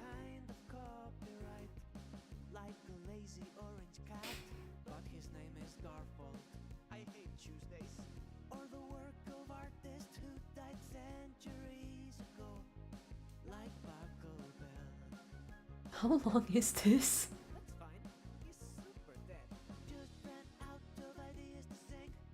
I made sure to put on streamer mode, so I really do hope this isn't copyrighted.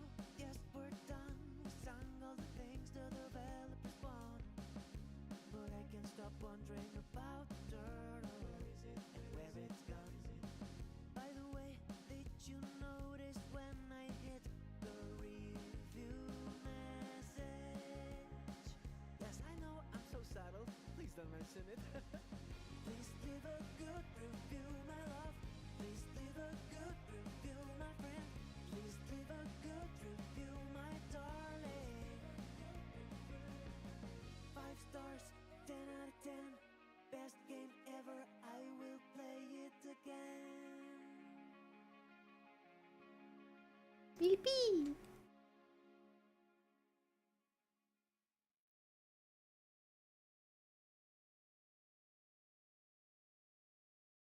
Yay.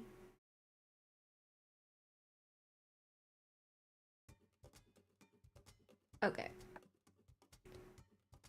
Time to pull up the other one. Let's see. Monster Prom. Play. Launching. Okay. Perfect. And now let's see. Monster Prom. Here we go. Audio is there. Okay. Let's see. Okay, let me just quickly do this second term. Short game. Okay. And now we wait for Zephyr. Still though, the fact that short game is like 15 minutes difference.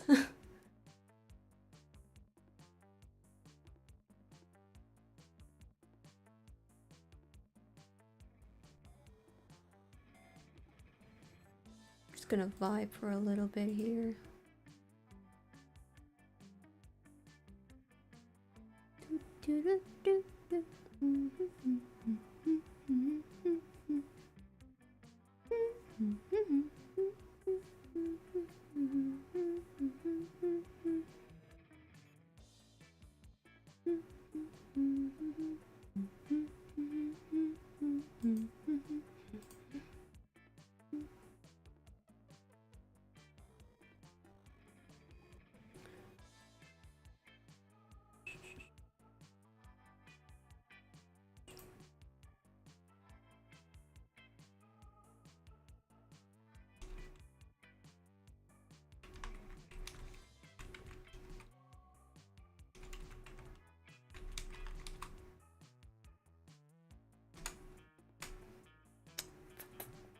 Oh wait, right.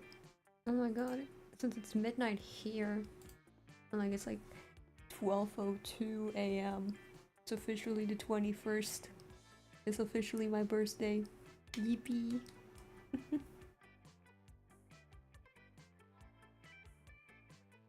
So I guess I did actually technically stream this on my birthday, after all. So the title's accurate.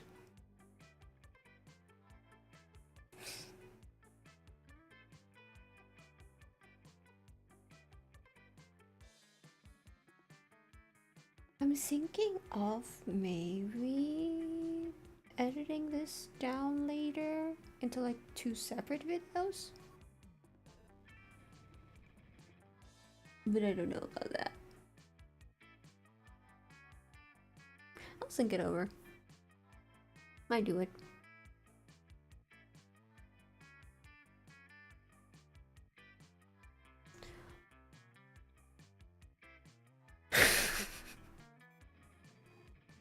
East, are you good over there? Don't choke on your iced tea. Please be careful. I would appreciate it if you didn't die.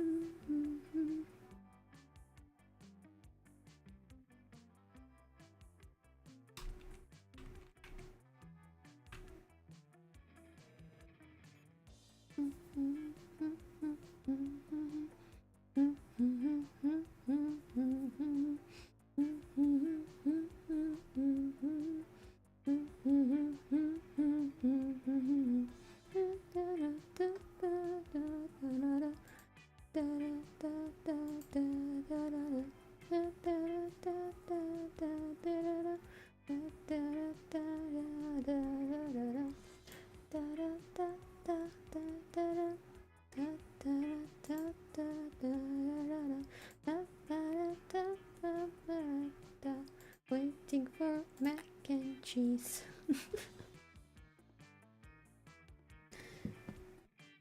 How's Aragon's day?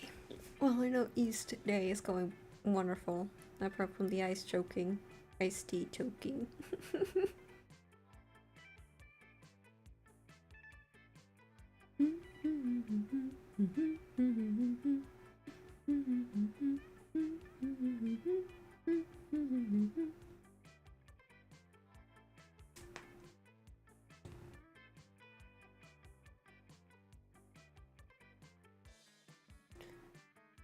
I have my expectations that I'm gonna get scared shitless by Zephyr return.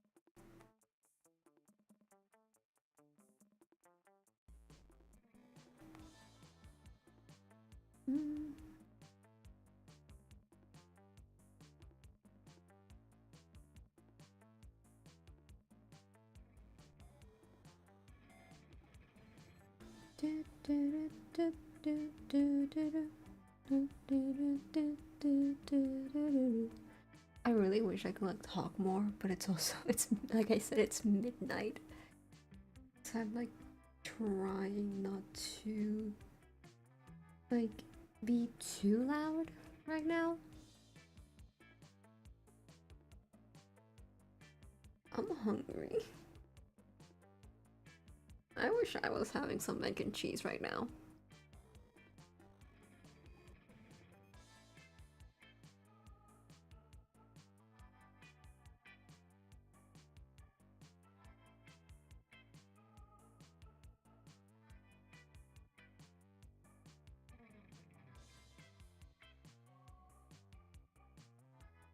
Mm.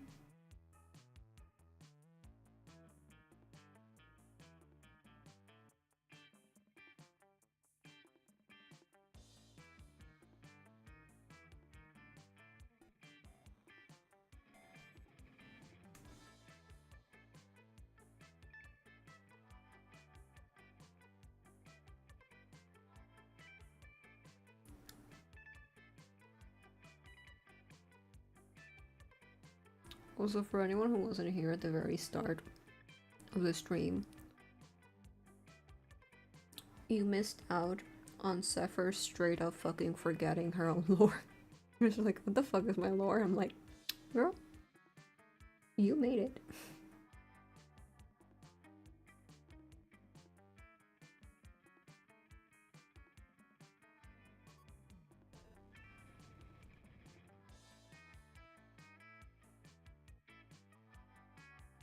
Hi.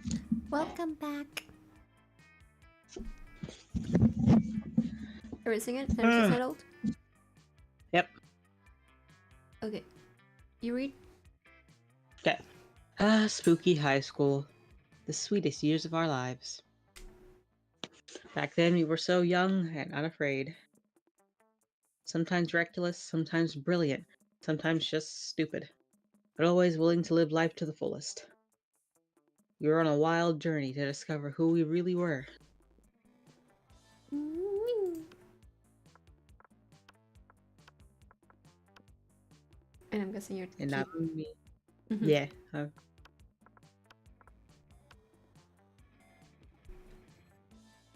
And we had yet to experience the ultimate challenge, the Monster Prom.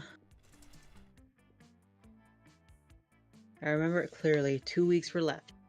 And as we fantasized about our dream prom dates, we were all scrambling to catch the attention of one of our 8 most charismatic classmates. Scott Howe, 21. A werewolf athlete who compensated for his rather small brain with a stupidly large heart. I might know where Scott is, Ron. Okay. Miranda Vanderbilt, 19. Also, you missed it because we were getting back mac and cheese, but it's past midnight, so it is the 21st here. And it's officially my birthday. Yeah. A sweet mermaid princess who was just as cute as she was genocidal. Polly Geist, 22, question mark? A party goes with an insatiable hunger for all the wrong things. Damien LeVay, 21. A fearless demon with a taste for destruction and a love of fire. Liam de Liancourt, 400-something. A hipster vampire whose standoffish demeanor hid the fact that he was truly a lovable dork. Or maybe him.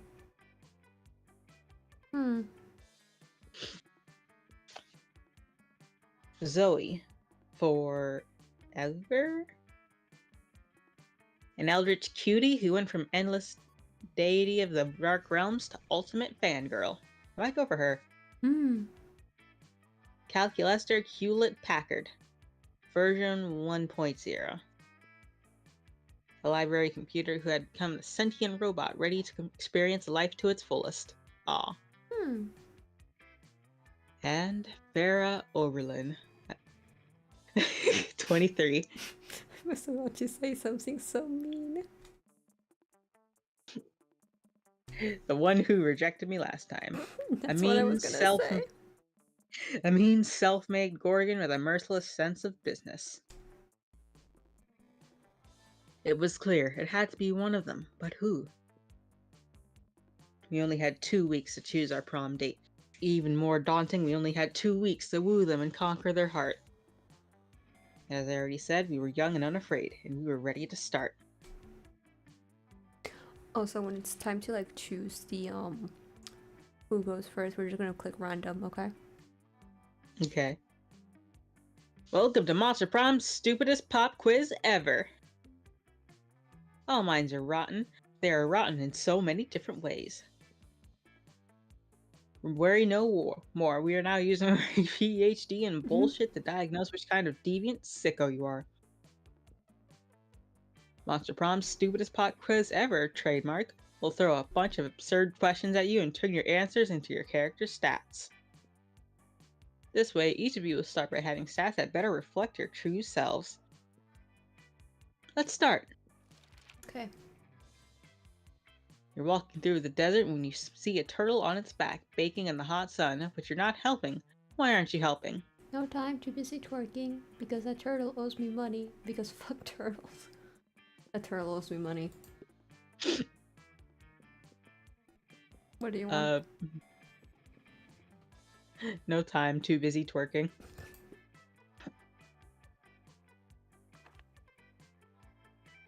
One day you wake up and you've swapped bodies with your mom in a very 90s film fashion.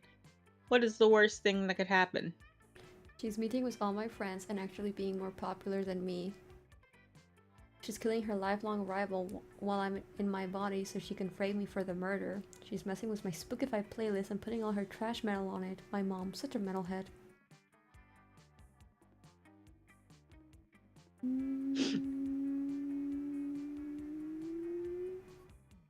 Actually, this would happen. Yeah. Anytime I mention her, literally all of y'all are like, oh, I want to meet her. She sounds so cool. I'm like, okay. What do you want? She's crazy but cool.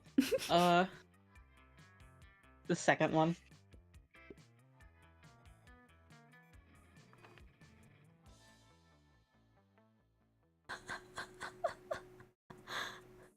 School just isn't working out. Time to go into stripping. What's your stage name? I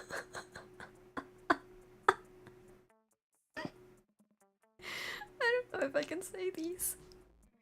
How'd that ever? That's said. Oscar Escapade? Wilde. Which one do you want? Excuse you, I wouldn't be the stripper, honey. I'm the damn pimp. Oh. No!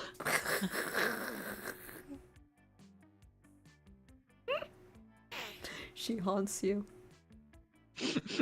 What's the sexiest type of knowledge a lover can have? Bachelor's in engineering, how to set stuff on fire, accurate approximation of all fiction creatures' genitalia, sports things, lyrics to all Disney songs, how to make a killer cocktail out of anything.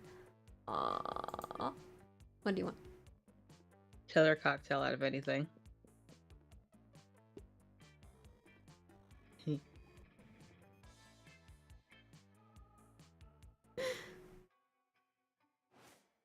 I love how you were like, I'm not gonna go for her again.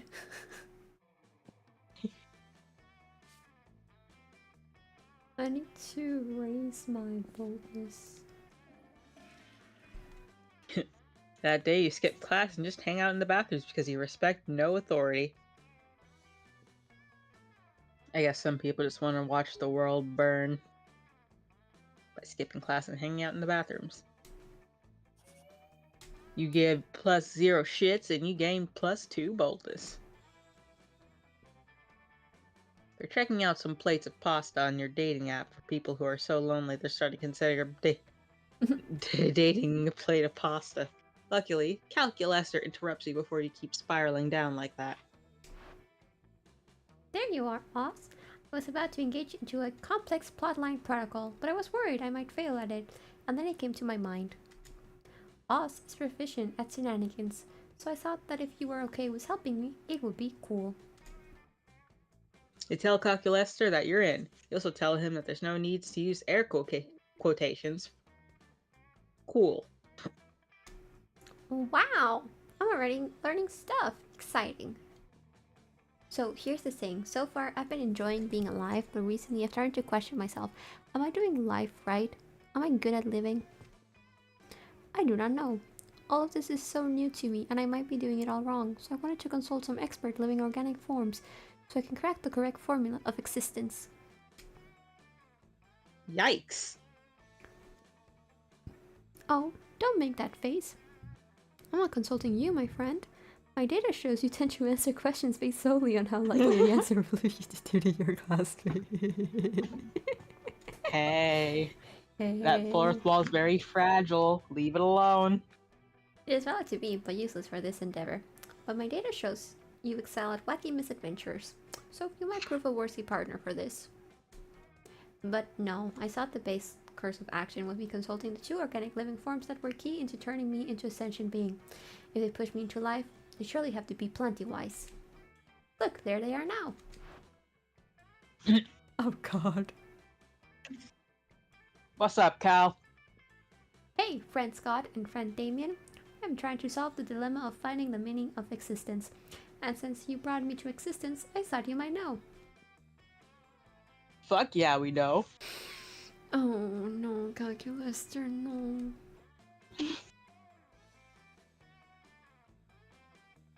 Still want to be Scott? Oh, you're yawning. Go ahead. Do we? Yeah, Scott. So being alive is like being this orange. Damien pulls out a slightly squished orange out of his mouth. Okay. Okay. Yeah, and you need to be like the best orange ever. As long as you're not a lame banana. So you need to win the game of life while being an orange. Uh-huh. And remember not to be banana, Cal. Also, I think it's very important to be super high on vitamin C if you want to rock at being an orange. That way you can be the best orange ever. Yes, you can also bring destruction to all the other puny fruits. I am honestly having a hard time following your line of thoughts, my friends. That's because you don't have to follow us. You need to follow the orange. Or are you supposed to be the orange? Fuck. This is clearly going nowhere, and these two are not the best at metaphors. It's apparently up to you to lead them into building a valid life lesson. How? Not something you use as creativity or fun. Because if it's less than a 5, you fail it. I'm pretty sure. We're talking a lot about what this orange is supposed to do or be, but have we asked the orange how it feels?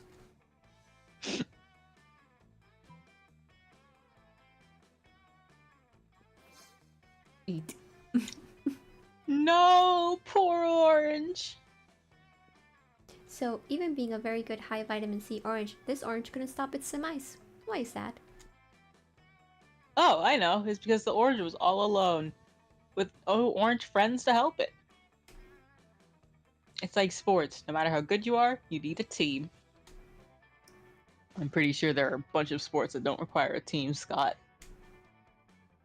Not the sport of life. True greatness is achieved by having a strong team around you. Also, if a sports person wins and nobody sees it, is it a real victory? Your metaphors seem to be very inaccurate and very sports related. Is everything sports? I mean, I love sports, but I'm not sure if it's everything. What else do you love, friend Scott?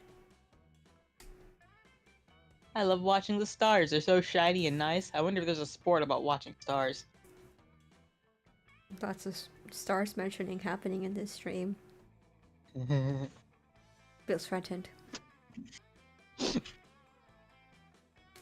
There is not. There's... It's okay. But there are a variety of hobbies and jobs related to the observation of the celestial bodies. I love bodies, and I love stars. It's true that sports are cool, but they're not everything. I can print down some information on stars for you, if you'd like. Wow, thanks, Calculaster. I'm so excited about this. I'm very bad at the sport of reading, but I will give it my very best, I promise.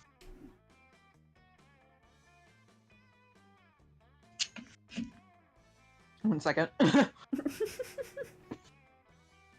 Eat the mac and cheese. Consume the mac and cheese. One must consume it. Absorb it into one's bloodstream.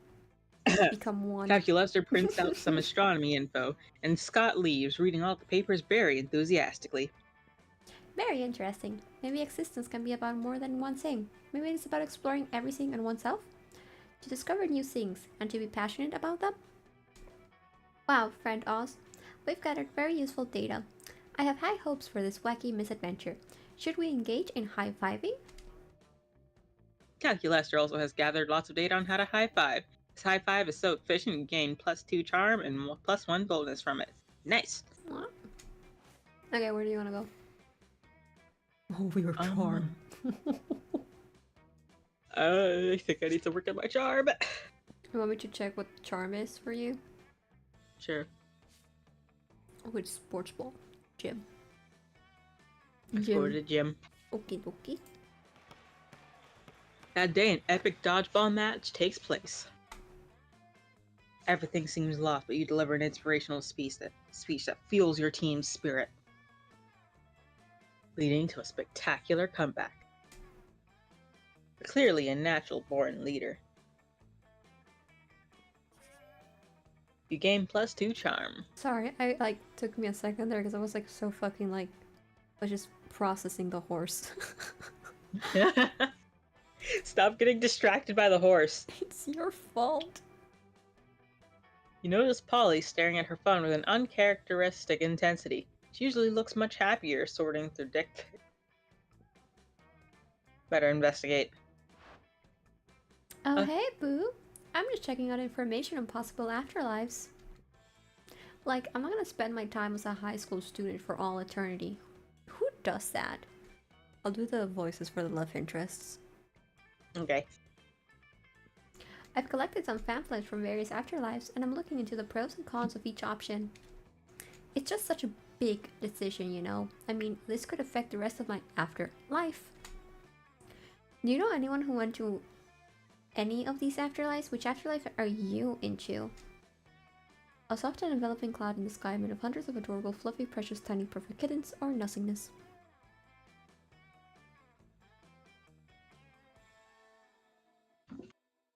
Zephyr.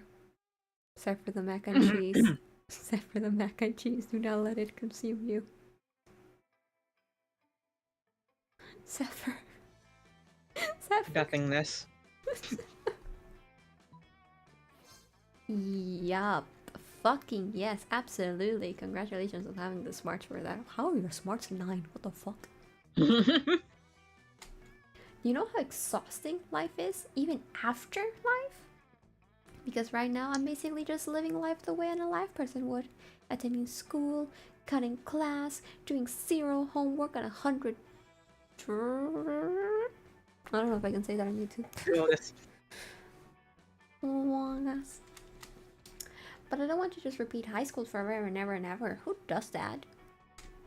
The whole point of moving on to a more permanent afterlife is to get away from everything. And what could possibly get me away from everything more than nothing? I'm gonna go get started on my admissions essay. Nothing is better than everything. No, wait, that sounds confusing. I'll have to title it something like Literal nothingness is superior to everything because everything sucks. Maybe I can get you to write my letter of recommendation, Amira. Hope to see you there one day. Or maybe not see you, because, you know, nothingness. Did Polly just say that she hopes you die? Well, if it's to reunite with her, then I guess that's probably fine. But aren't you just dying? Take her to Monster Prom? Gain that terrible joke to use again later when you're recounting the story, as well as +2 creativity and +1 charm. Okay, we're doing... No, we're not doing that, because last time it took us literally a half hour extra.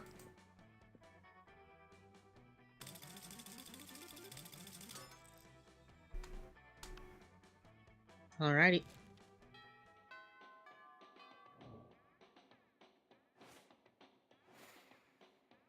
Okay, where do you want to go? Girl Zoe. Where is she? Oh, there she is. Put me next to Zoe. This is Zoe, right? Yes. You sit down with Zoe and Scott. Scott is eating his trademark pizza sandwich with just 3 slices of pizza on top of each other. Zoe has a notebook out and is taking notes. But how did you get your food, Scott? Why do you want to know so bad? It's pretty normal. No, it can't be normal. I'm doing research for my latest fanfic, Cry Havoc, and let slip the dogs of love. It's about a pack of werewolves going on the biggest hunt of their lives, a hunt that will change them as hunters but also as were people. They went looking for food, but what they found was personal growth and a new understanding of practices.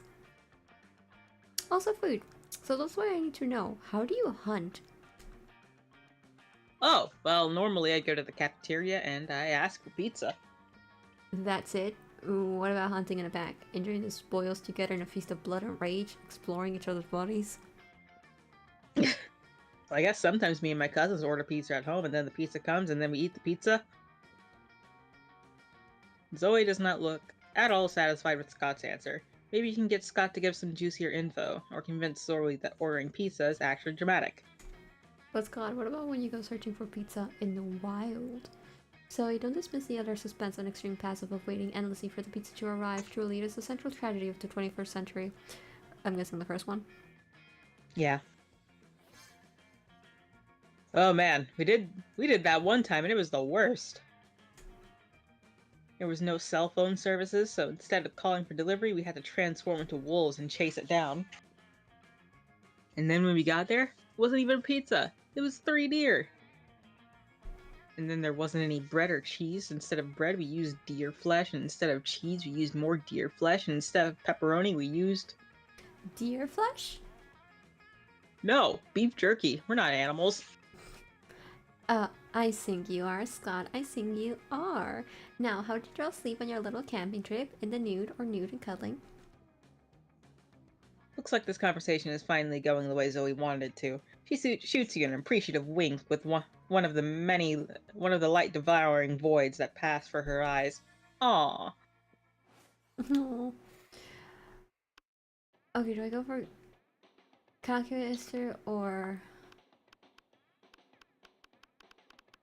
Oh, look at me do a little jig. Let me do a little jig.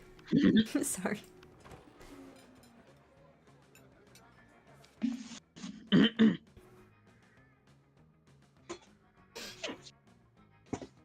Cypher.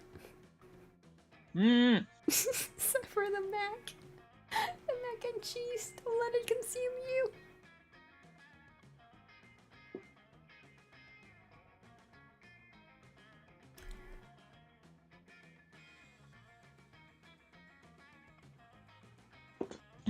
You approach Liam and Vera's table to find them thoughtfully tasting several glasses of wine. The school has literally no rules, apparently. Ah, wine.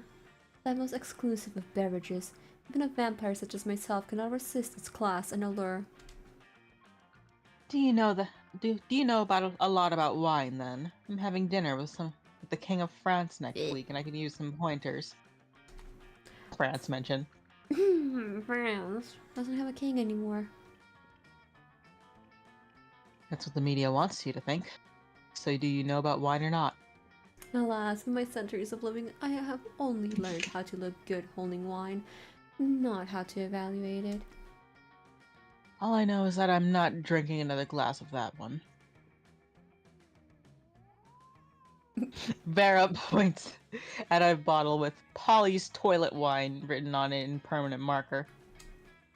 What a good gift for an experienced sommelier to help us judge which wine is best. You know nothing about wine, but you're pretty sure most sommeliers just make stuff up anyway. You suavely recommend. Try the sangria, it pairs well with seafood and blood. The taraments of this verbose Malbec are an elegant way to mask the taste of poison, perfect for diplomatic missions. I mean, even if I wasn't going for him, I would choose this. Because it's a Spanish drink. Because sangria is a Spanish drink. So, I must. You know, the pronounced sweetness and citrus flavors would go well with an unholy blood meal. I've always tried to pair Pinot Noir with blood, you know, because noir means dark, like my soul. Manly?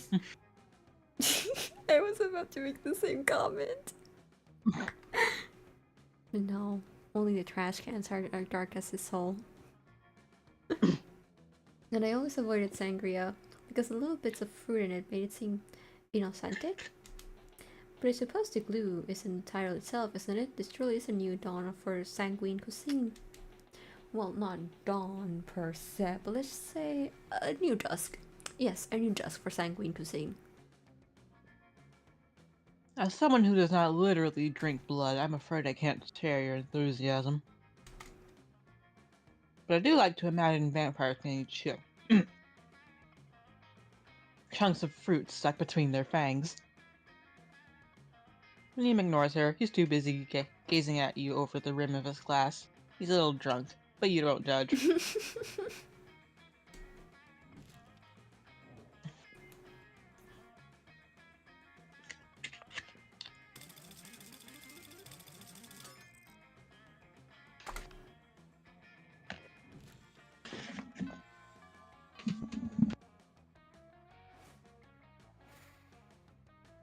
Okay, well, I need fun. I also need creativity. That's my lowest stat as well. Auditorium.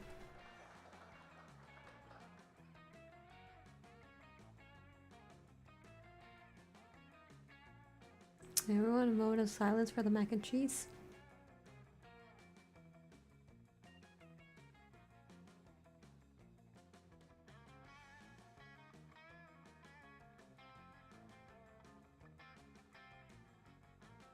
Zephyr, are you good? Zephyr? Hi. Did you finish the mac and cheese? Yes, I did. Okay, go on. That day while rehearsing for the class play, it's as though the muses themselves had descended to give you a figurative blowjob. Your performance is intense and inspiring. It will be remembered for generations, which is pretty rad by high school plays standards. You gain +2 creativity. Yippee! Promised yourself you weren't using that pasta plate dating app, but here you are again. You can see how stupid the whole thing is, yet this plate of pappardelle looks way more delicious than loneliness. Hey, friend Oz, what are you doing? You throw your phone away so no one can see. Is it gonna constantly give me, like, calculator in these choices? I think he just thinks you're neat. Oh, I might go for him then. He's just a little buddy. Yeah. I hope my single choice of Liam doesn't fuck me over. Oh, I mean, you could have told me nothing if you didn't want to talk about it. The question was a mere protocolary tactic to engage into conversation. What I really want to ask was if you're up to more wacky misadventures searching for the meaning of life. Why, Ed? Wait, we couldn't help but listen. Are you looking for the meaning of life? Oh, Liam is here though. No, fuck it, I'm going for Guy Lester. I want to figure out his story. Yes! Then look no more. Oh, friend Miranda and friend Liam. Are you providing insight on this through very weird and probably inaccurate metaphors about oranges? What? No. Life should be like art. Yes, I very much agree. Explanation value? Useless until more information is provided. What defines art? Well, art is an expression of oneself that aspires to explore the monster conditions through the embodiment of specific aesthetics that define the artistic's worldview. At its peak, it achieves universality, while also being the most personal and individual form of expression, a big middle finger from the artist to the status quo as it ignores any convention or preconception. That's a very wordy definition, Liam. Don't listen to Liam. He uses too many words. My favorite statues, paintings, and books are the ones that are dedicated to me, so it's clear that art should be about me. None of those definitions build a clear parallel that throws light over the meaning of existence. Liam's definition of art revolves around exploring the monster condition, therefore, the meaning of life. It creates a paradox, not optimal. And Miranda's definition states that the meaning of existence is Miranda? That sounds about right. Conclusion not satisfying. No way. You're all about satisfying your classmates. You just need one of these two. You just need to push one of these two into further reflection. Push them. You're always angsty against the status quo, Liam. Tell us, what the status quo did to you? What's the origin of his rivalry? Sure, art might be about Miranda, but what's Miranda about?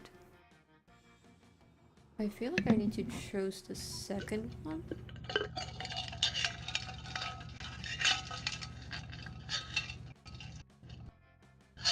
The ice. Yeah. The ice.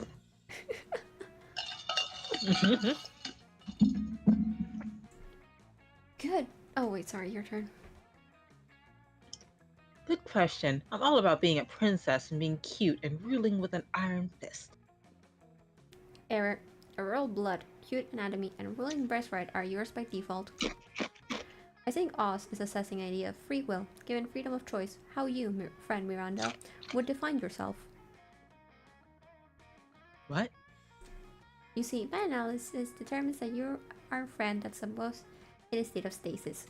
You are too tied to attributes that were given to you since the day you were born: wealth, beauty, social status. But if you want everyone to follow you, then the most logical question in exchange is, where are you leading us? Where is Miranda heading? Whoa, those are really big questions. Let me consult my thinking serfs. No, this seems to be part of the issue. You tend to depend too much on your subjects. You think this makes you wealthy, but also makes you poor in individuality. Oh my god. Fuck, okay. Let me process a proper protocol of action. Loading. 68%, 84%, 98%, 99%, 99.5%. Plan processed. You will engage in a day of enjoying existence without the mediation of any type of serf. Heavy lies the crown, so you will let it go for once. You won't be a princess. You won't be a ruler. You will be Miranda. Suppose I can try. Yes. And it is valuable data for us. Existence might also be about the exercise of free will and escaping your comfort zones. And so you spend the rest of the day helping Miranda survive without her serfs, which turns out to be harder than expected.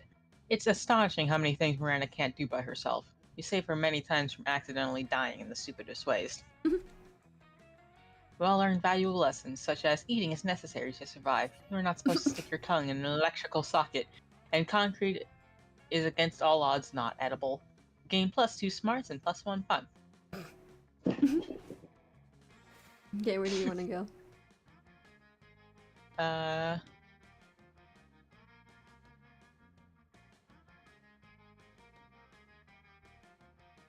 gonna get some more charm.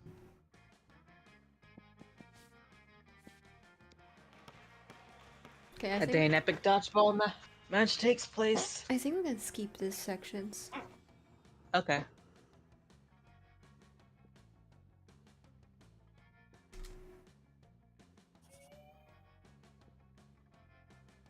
Okay, there we go.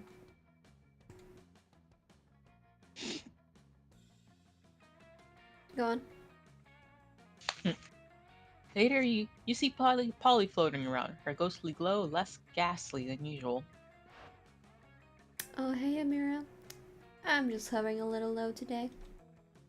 Everyone seems so hyped about love, and I love being hyped, but I'm not really sure how this love thing works, you know? I said I was in love once. I met a beautiful girl at a party and felt a strange magic. My temperature rose, I felt even floatier than usual, everything was so bright and beautiful, I was ecstatic.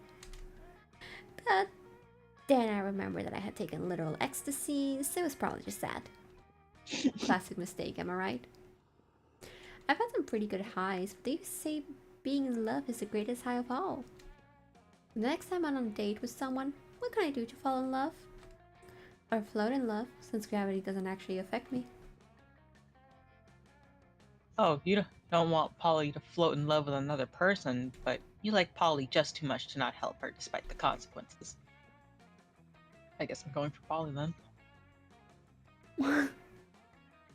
I mean, I think you can still go for Zoe. Yeah, but also I like Polly. Scientifically speaking, people fall in love faster when afraid. Do something fun with them, like getting stabbed. Or start deepening to the ice for 14 hours. You want the first one?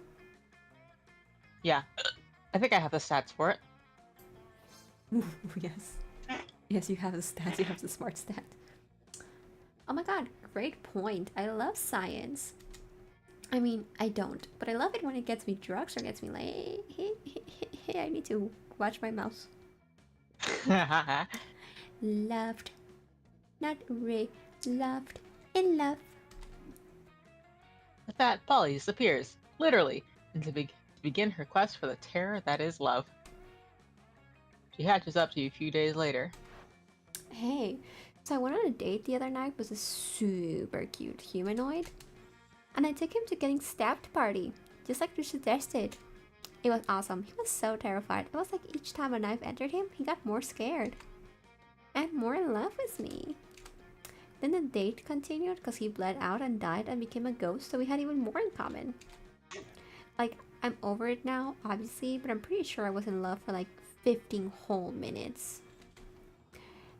Next time, I'm gonna try and work my way up to 25. Polly, in love for 25 minutes? Maybe the next time it'll be with you. Or maybe you'll even make it to 50 minutes or eternity. Either way, you've opened up Polly's heart, metaphorically, to love, and gained +2 charm and +1 smarts in the process. Well, me. Oh. You were having a quiet evening with a coconut and totally not human flesh flavored smoothie, and Polly phases in. Sup, Oz? You planning on coming to my death day party? It's going to be it. It's going to have all kinds of reminders of the way I died. Guillotines, quicksand, alligators, and all the food will be poisoned, of course. Wait, what? How exactly did this girl die again? You know, I've been thinking about it, and I'm really into the idea of sharing my afterlife with a fellow ghost, you know? Think of all the cute ghost dates we can go on. Going to haunted houses on Halloween and actually haunting them. Walking through walls to get where we want to go. Appearing in turns to reveal perspective and truth to greedy old misers who don't appreciate the holidays. You know, that classic ghost stuff. But I also kind of wouldn't hate dating Amira, so I guess my question to you is, when do you think her death day party will be? Like, will she become a ghost soon-ish at least? I'm not super patient, but I do think she parties down and could party even further down as a ghost. Amira, the reckless paradise gluten, I tell you, she'll be definitely new probably. Amira's gonna be around a long time, trust me. She has a place reserved in the retirement community and has taken up bingo and become an expert knitter. Game over. I mean, game not over. Not for a long time. She's gonna die an old monster. Don't worry, I'm nice. Remember this. Gluten? I knew Amira lived life on the wild side, which will hopefully take her right into an early grave. Hopefully? Ideally the grave right next to mine, and we can party for all eternity and make random ee noises and sound recordings. Like this ee. Thank you, Polly. If you decide to die anytime soon, you're welcome to come to our ghost raves. They're going to be ghastly.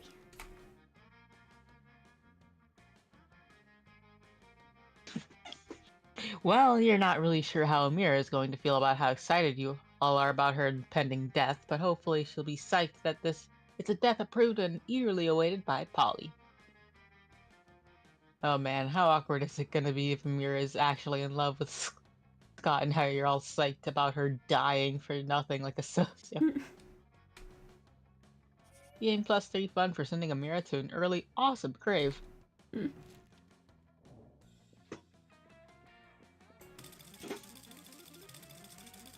Let's go. Let's get it.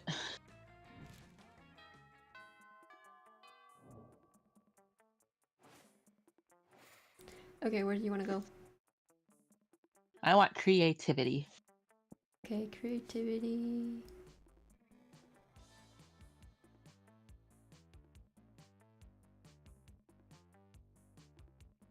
This. Oh wait, no, that's a shop right now. I think if you go there, you get the shop, you can't get creativity. Damn. Where do you want to go?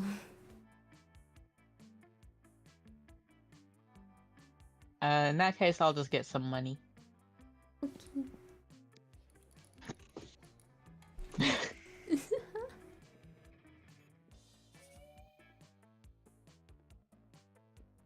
There we go. You notice Polly at the computer next to you, whispering into one of the speakers.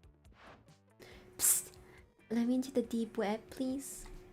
I don't know the secret password or whatever, but I swear I'm cool. I just want to buy crazy drugs and do fun crimes.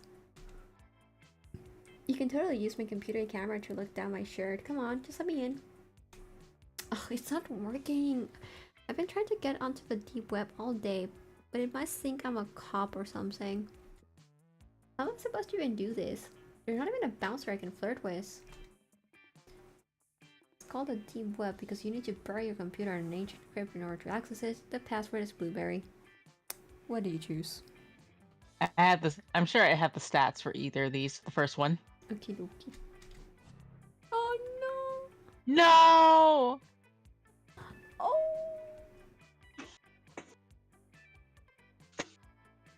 There, So that's why it's called the. There, honey. It's okay. You still have Zoe as an option. Okay. That's so mean. So that's why it's called that. I had no idea. This is the most legitimate excuse I've ever had to break into a crypt. Quick, grab the computer.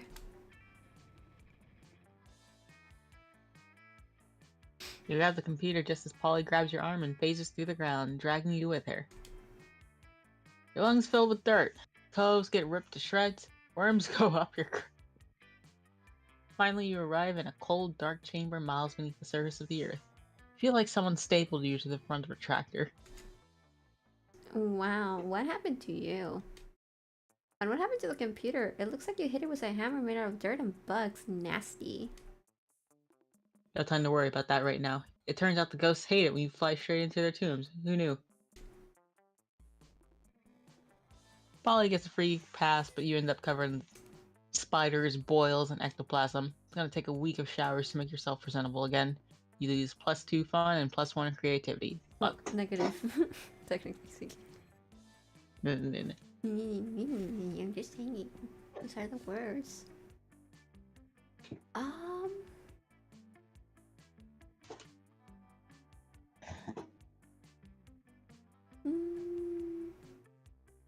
You know, I'll go up more smarts even more.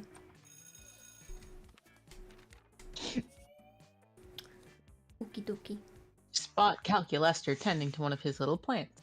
You're about to ask if you can help when Dahlia swoops in to ruin everything. Hello, friend Dahlia. Aw. Yes, it is I, Dahlia, here to grace you with my presence. What are you doing, killing machine? I am watering my newest plant friend, Stevia Wonder. Aw. That scrawny seedling?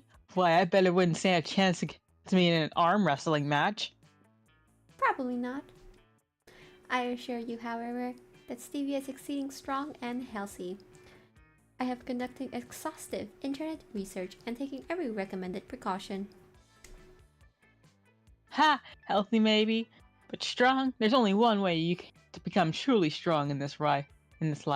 Tell me, does your plant have a rival? Technically, all plants are the rivals of all other plants in the life or death struggle for sunlight, nutrients, and... Nonsense, I'm talking about a one-on-one blood feud type of rival. Like me and that spicy red baby, Damien. As Stevia lacks blood, I suppose it also likes blood feuds. Well, there's your problem. A rival pushes you to be your best self, so you can make life horrible for the one you hate. Your plant will never achieve its true potential unless you find it a suitable rival. I see. Well, I do want Stevia to achieve its full potential. Ugh, you need this interaction to end so you can go back to flirting with Calculester. Help him pick a rival for this plan and get this over with. What you need is another plant, almost identical, but with edgier blooks, a cowboy hat, and a bad attitude.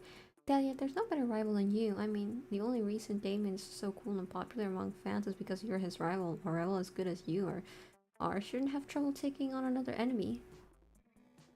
Oh, The second one is more wordy. true. It's either charm or smarts for the second one. It's probably smarts, and honestly, you have the stats for either of those options. Hmm. And my worry though is that you literally had like a 6 in creativity, and like it just it killed you anyways. It should be fine. Yay! Wow, you really think so? Oh, Calculaster's face. I mean, of course I'm a great rival. I'm the greatest rival. Damien should be honored to be hated by the likes of me. I suppose it would be selfish of me to restrict my enmity to just one entity. Alright then, Stevia Wonder. I formally declare us rivals for life. Now allow me to humiliate you by growing faster than you could ever hope to grow. My analysis showed that Stevie Wonder is now growing 0.08% more rapidly than average. This rivalry appeared to be a success. Congratulations, everyone. Yes, congratulations, everyone. Except your stupid plant, which I hate now because we are enemies. You really are the best at bringing people together. Woohoo! Gain +2 creativity and +1 charm.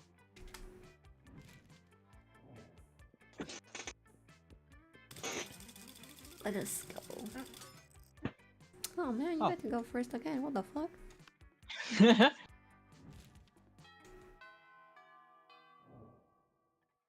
Okay, so you want Zoe? Yes. Who the fuck is that?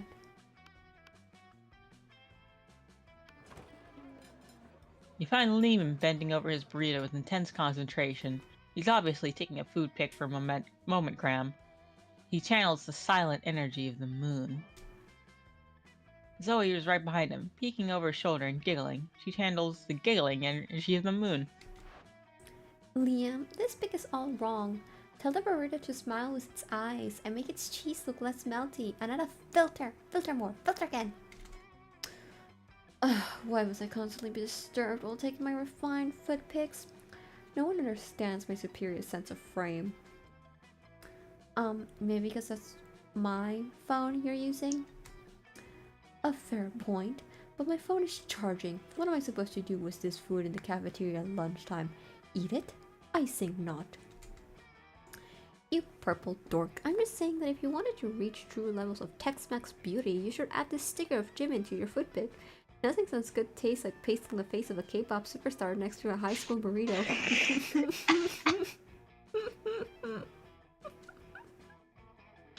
Pure ego. For a moment, all three of you just admire the Jimin sticker. Liam shakes it off and regains his composure. Well, let's agree to disagree, timeless horror. Or, let's put Jimin in your dumb foot pig. Stop it. Quick, fix this Momentgram K-pop burrito Momentgram K-pop emergency.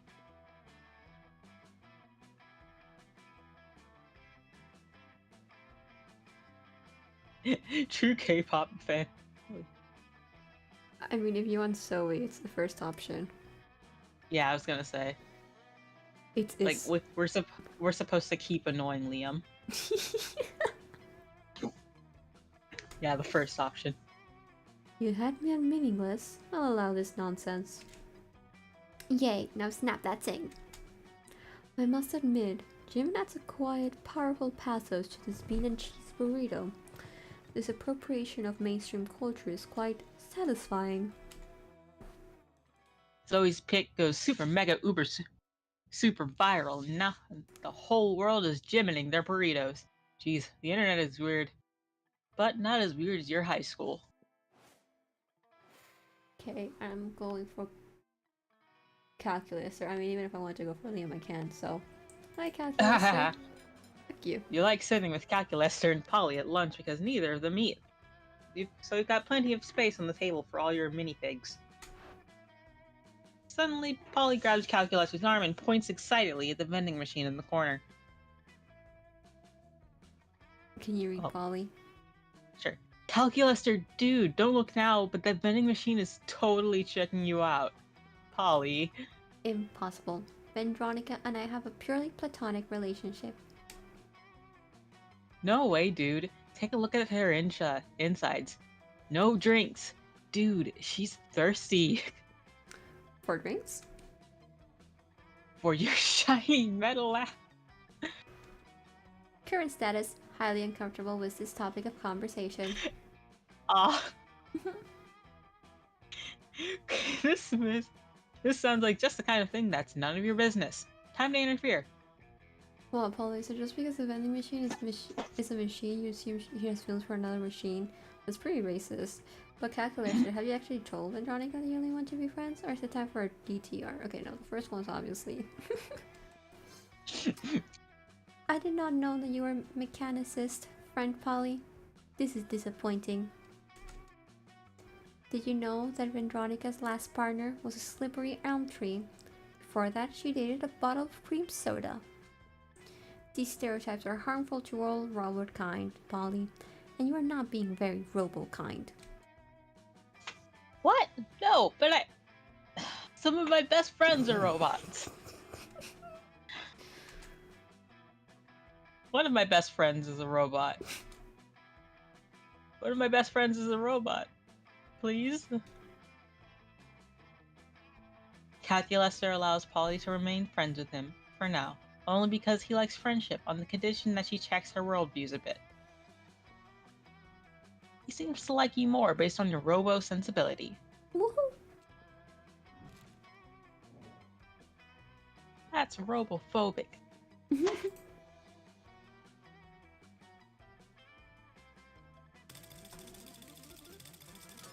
Yay!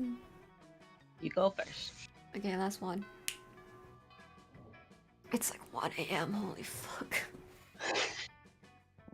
I say this as if we don't stay up until like 2 AM.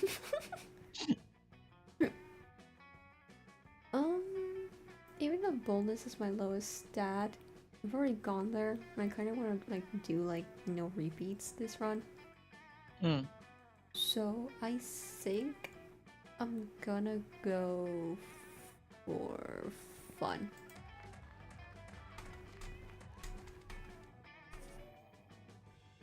Okay.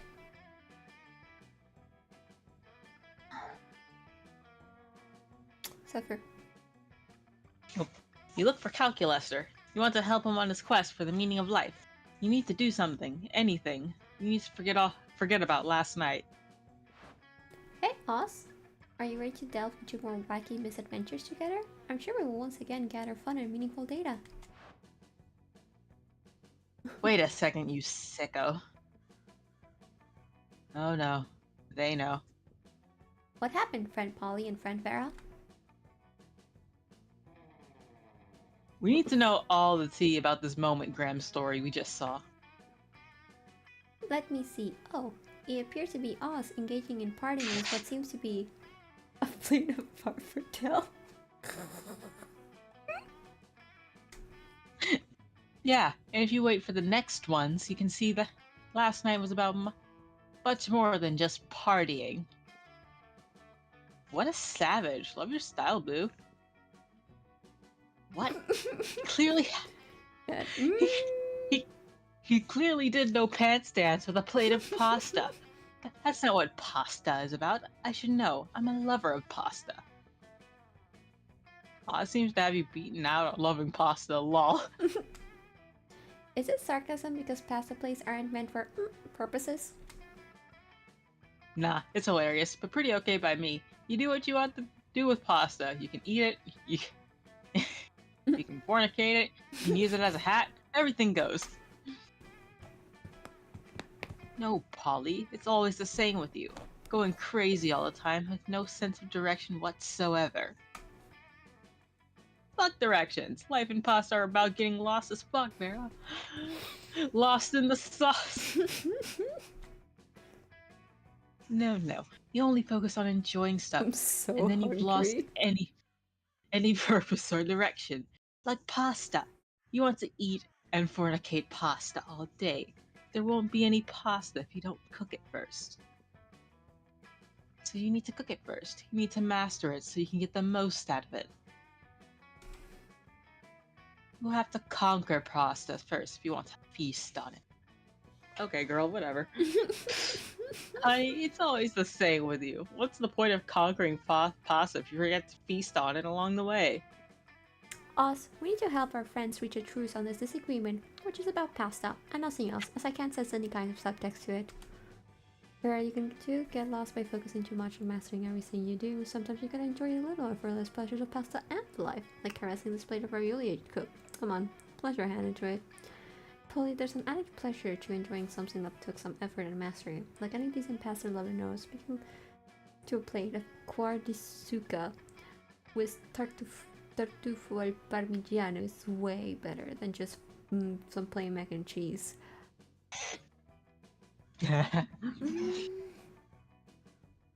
I sure hope the fucking stat in us is not boldness.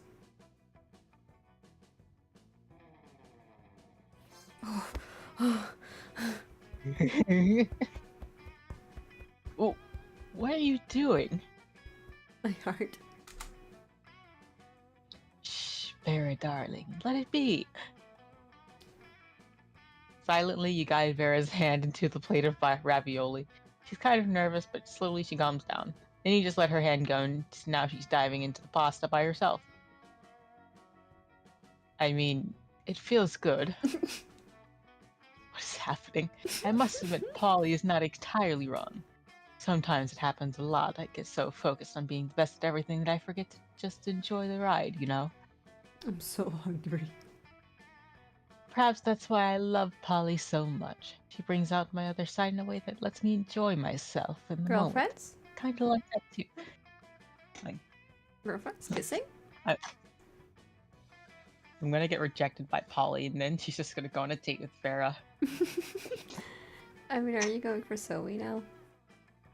I am going for Zoe. I'm hoping that she won't reject me. Hopefully not.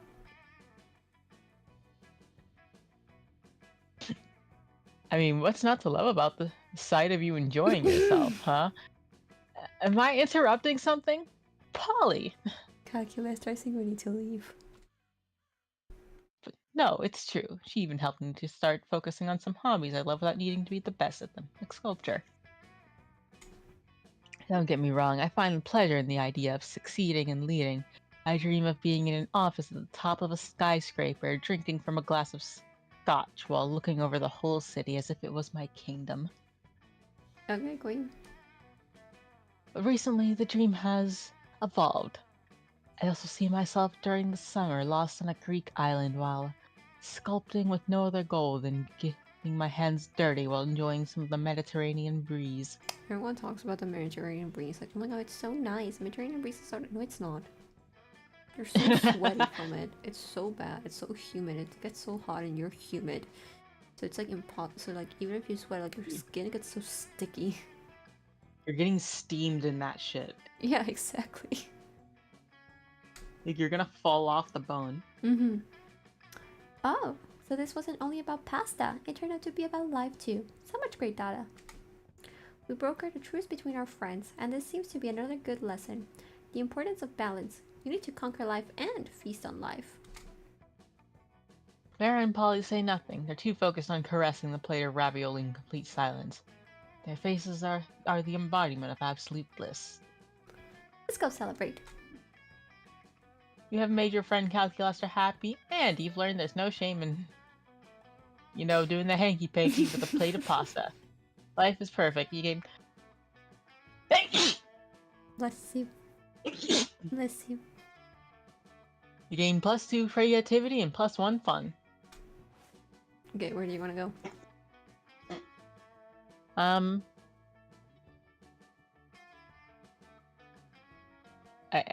Let's see if I can get creativity this time. Okay, creativity is right.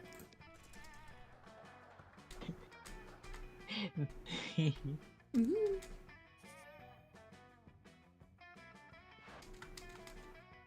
Oh my god, did you hear? It finally invented a tattoo gun that works on ghosts. I'm totally gonna get one as soon as school lets out.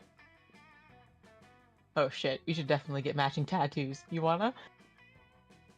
Of course you do. What are you, responsible? The important question is, what kind of tattoo do you want to get? You got necromantic gun or knuckle tats?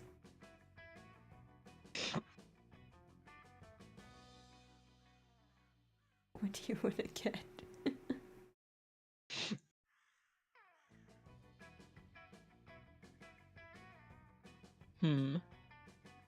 I think I have feel... the stats. The Necronomicon. Yeah, because I was gonna say the second one, I feel like it would be a fun stat.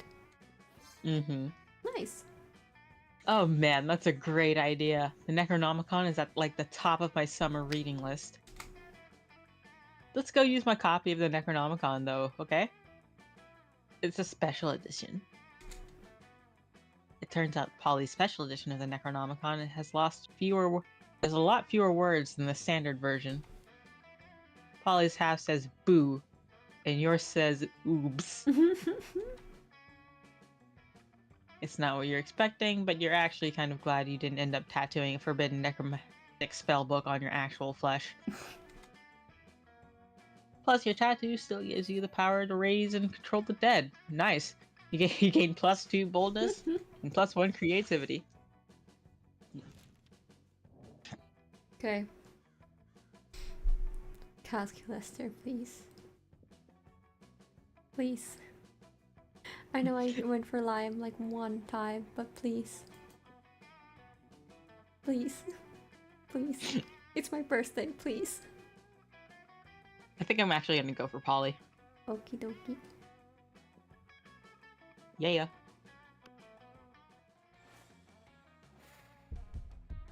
You finally pluck up your courage and ask your beloved to go to the Monster Prom with you. Oh, fuck. Not a chance in the world, darling. It'd be really funny if we were able to go back and you chose Zoe and it would let you have Zoe. You're boredom on a stick. Damn. You For bore one me to death. mistake, bro, what the hell?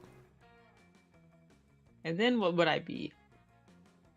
A meta ghost? Bro, you failed one saying and it went, fuck you. Pass. See ya. Well, you're not boring to me, Zephyr. Thank you. Yeah. Failing at Monster Prom broke the essential process of growing up in your life. You became fixated on it and you never became a functional adult. Now you're just an old person that sits in parks and talks to strangers about the time you almost got a date to the Monster Prom. It's as weird and sad as it sounds. Hi. Oh, you go ahead. Hi, friend Oz. We've gathered so much data. I don't know what to do with it, though. Our friends gave us very valuable advice, yet each piece of advice was different. Maybe life does not have a clear purpose or meaning. Maybe it's up to us to give it meaning that makes sense to us. I just realized there could be wire play. Sorry. Sorry. It's past 1 AM, bro. My filter. I forget I'm streaming. I mean, my content is more like adult, like 18 plus, you know, not for NSFW, but like just, you know, so like, you know, I'm permitted to make those kind of comments. That said, reminder, if you're under 18, leave. Every person seems to have their own vision. The best we can do is share life with others and learn from them. Okay, East. Listen, East. I just bullied you for your comment, okay? I didn't say you had to delete it. It was you who was like, "Oops, sorry." Whoop whoop whoop whoop whoop. Okay. Like you could have kept it. I wouldn't have said anything. I was just fucking giggling over it. That's on you, girl.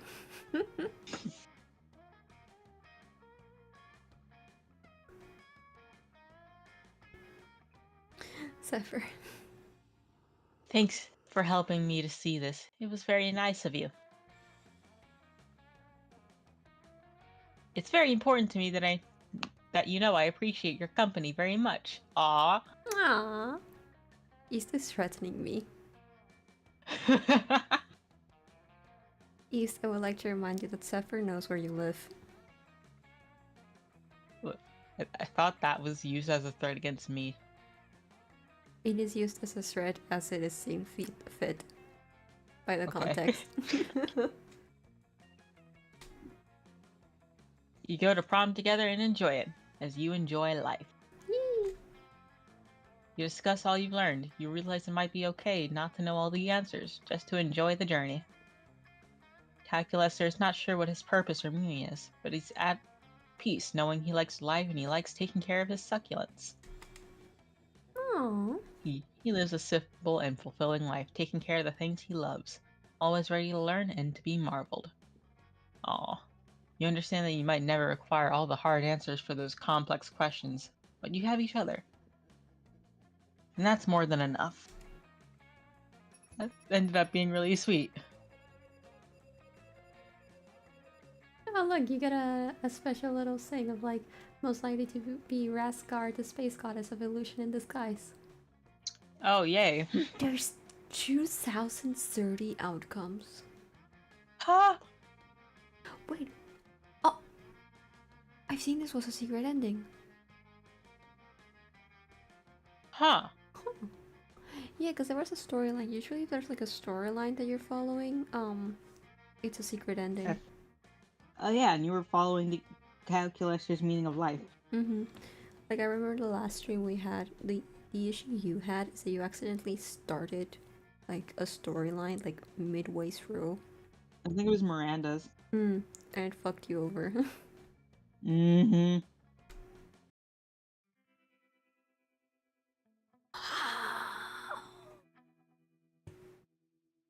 Those 2 weeks are maybe the most epic and absurd weeks of your lives.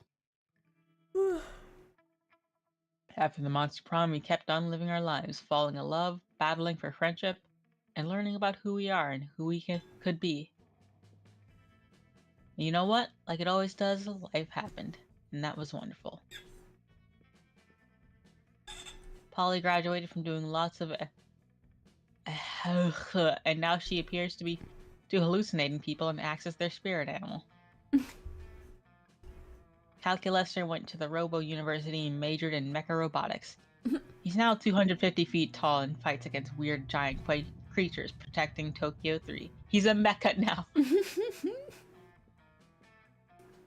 Zoe's many years of researching obscure trivia for her steamy fanfics paid off. She got a job as a consultant at a company who makes fantasy sex toys based on beloved pop culture characters. Now she rakes in the big bucks designing blueprints of stuff like the of Demogorgon and the VVV of the Statue of Liberty. She'd For be those friends 2 with weeks, Aiden. she would. The Monster Prom seemed larger than life, and then it was gone, just like that. The battle for Monster Prom might have ended then, but there are plenty of battles left in that war called youth. Once again, we were young and unafraid, and we were ready to start. Yippee. I love the haunted suit of armor and the varsity jacket.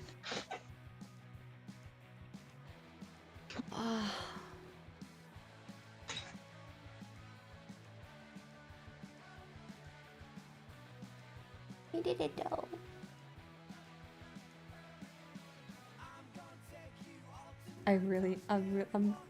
I'm honestly kind of scared that this is copyrighted. I'm sure it's fine. I don't know, man. I'm muting it just in case. I really don't want to risk it with this.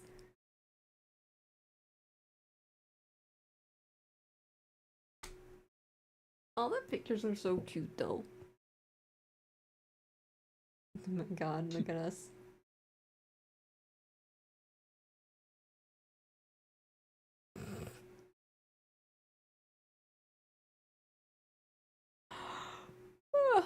That's it. Thank you for coming. Yippee. Yippee. I got abandoned at the side of the road while you went off to eat food at some At the castle. Yeah.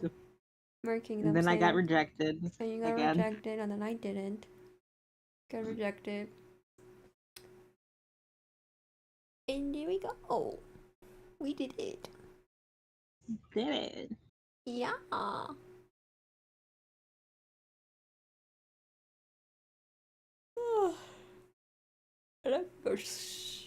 I'm gonna go sleep, probably. Yeah. I don't know, maybe. My package. I pick up my package tomorrow. Yay. Yippee. The last picture. Ah. The last picture was... Okay, that's it. We're done. So, thank you for coming. Thank you for being here, Zephyr. Mwah. And thank you everybody else for tagging along, coming along. Leave a like, subscribe, all that stuff. You've been on YouTube, you know how it works. And I'll see y'all on Wednesday for a special stream. That's it. Goodbye, everybody. Bye bye. Zephyr, you want to say bye? Bye-bye.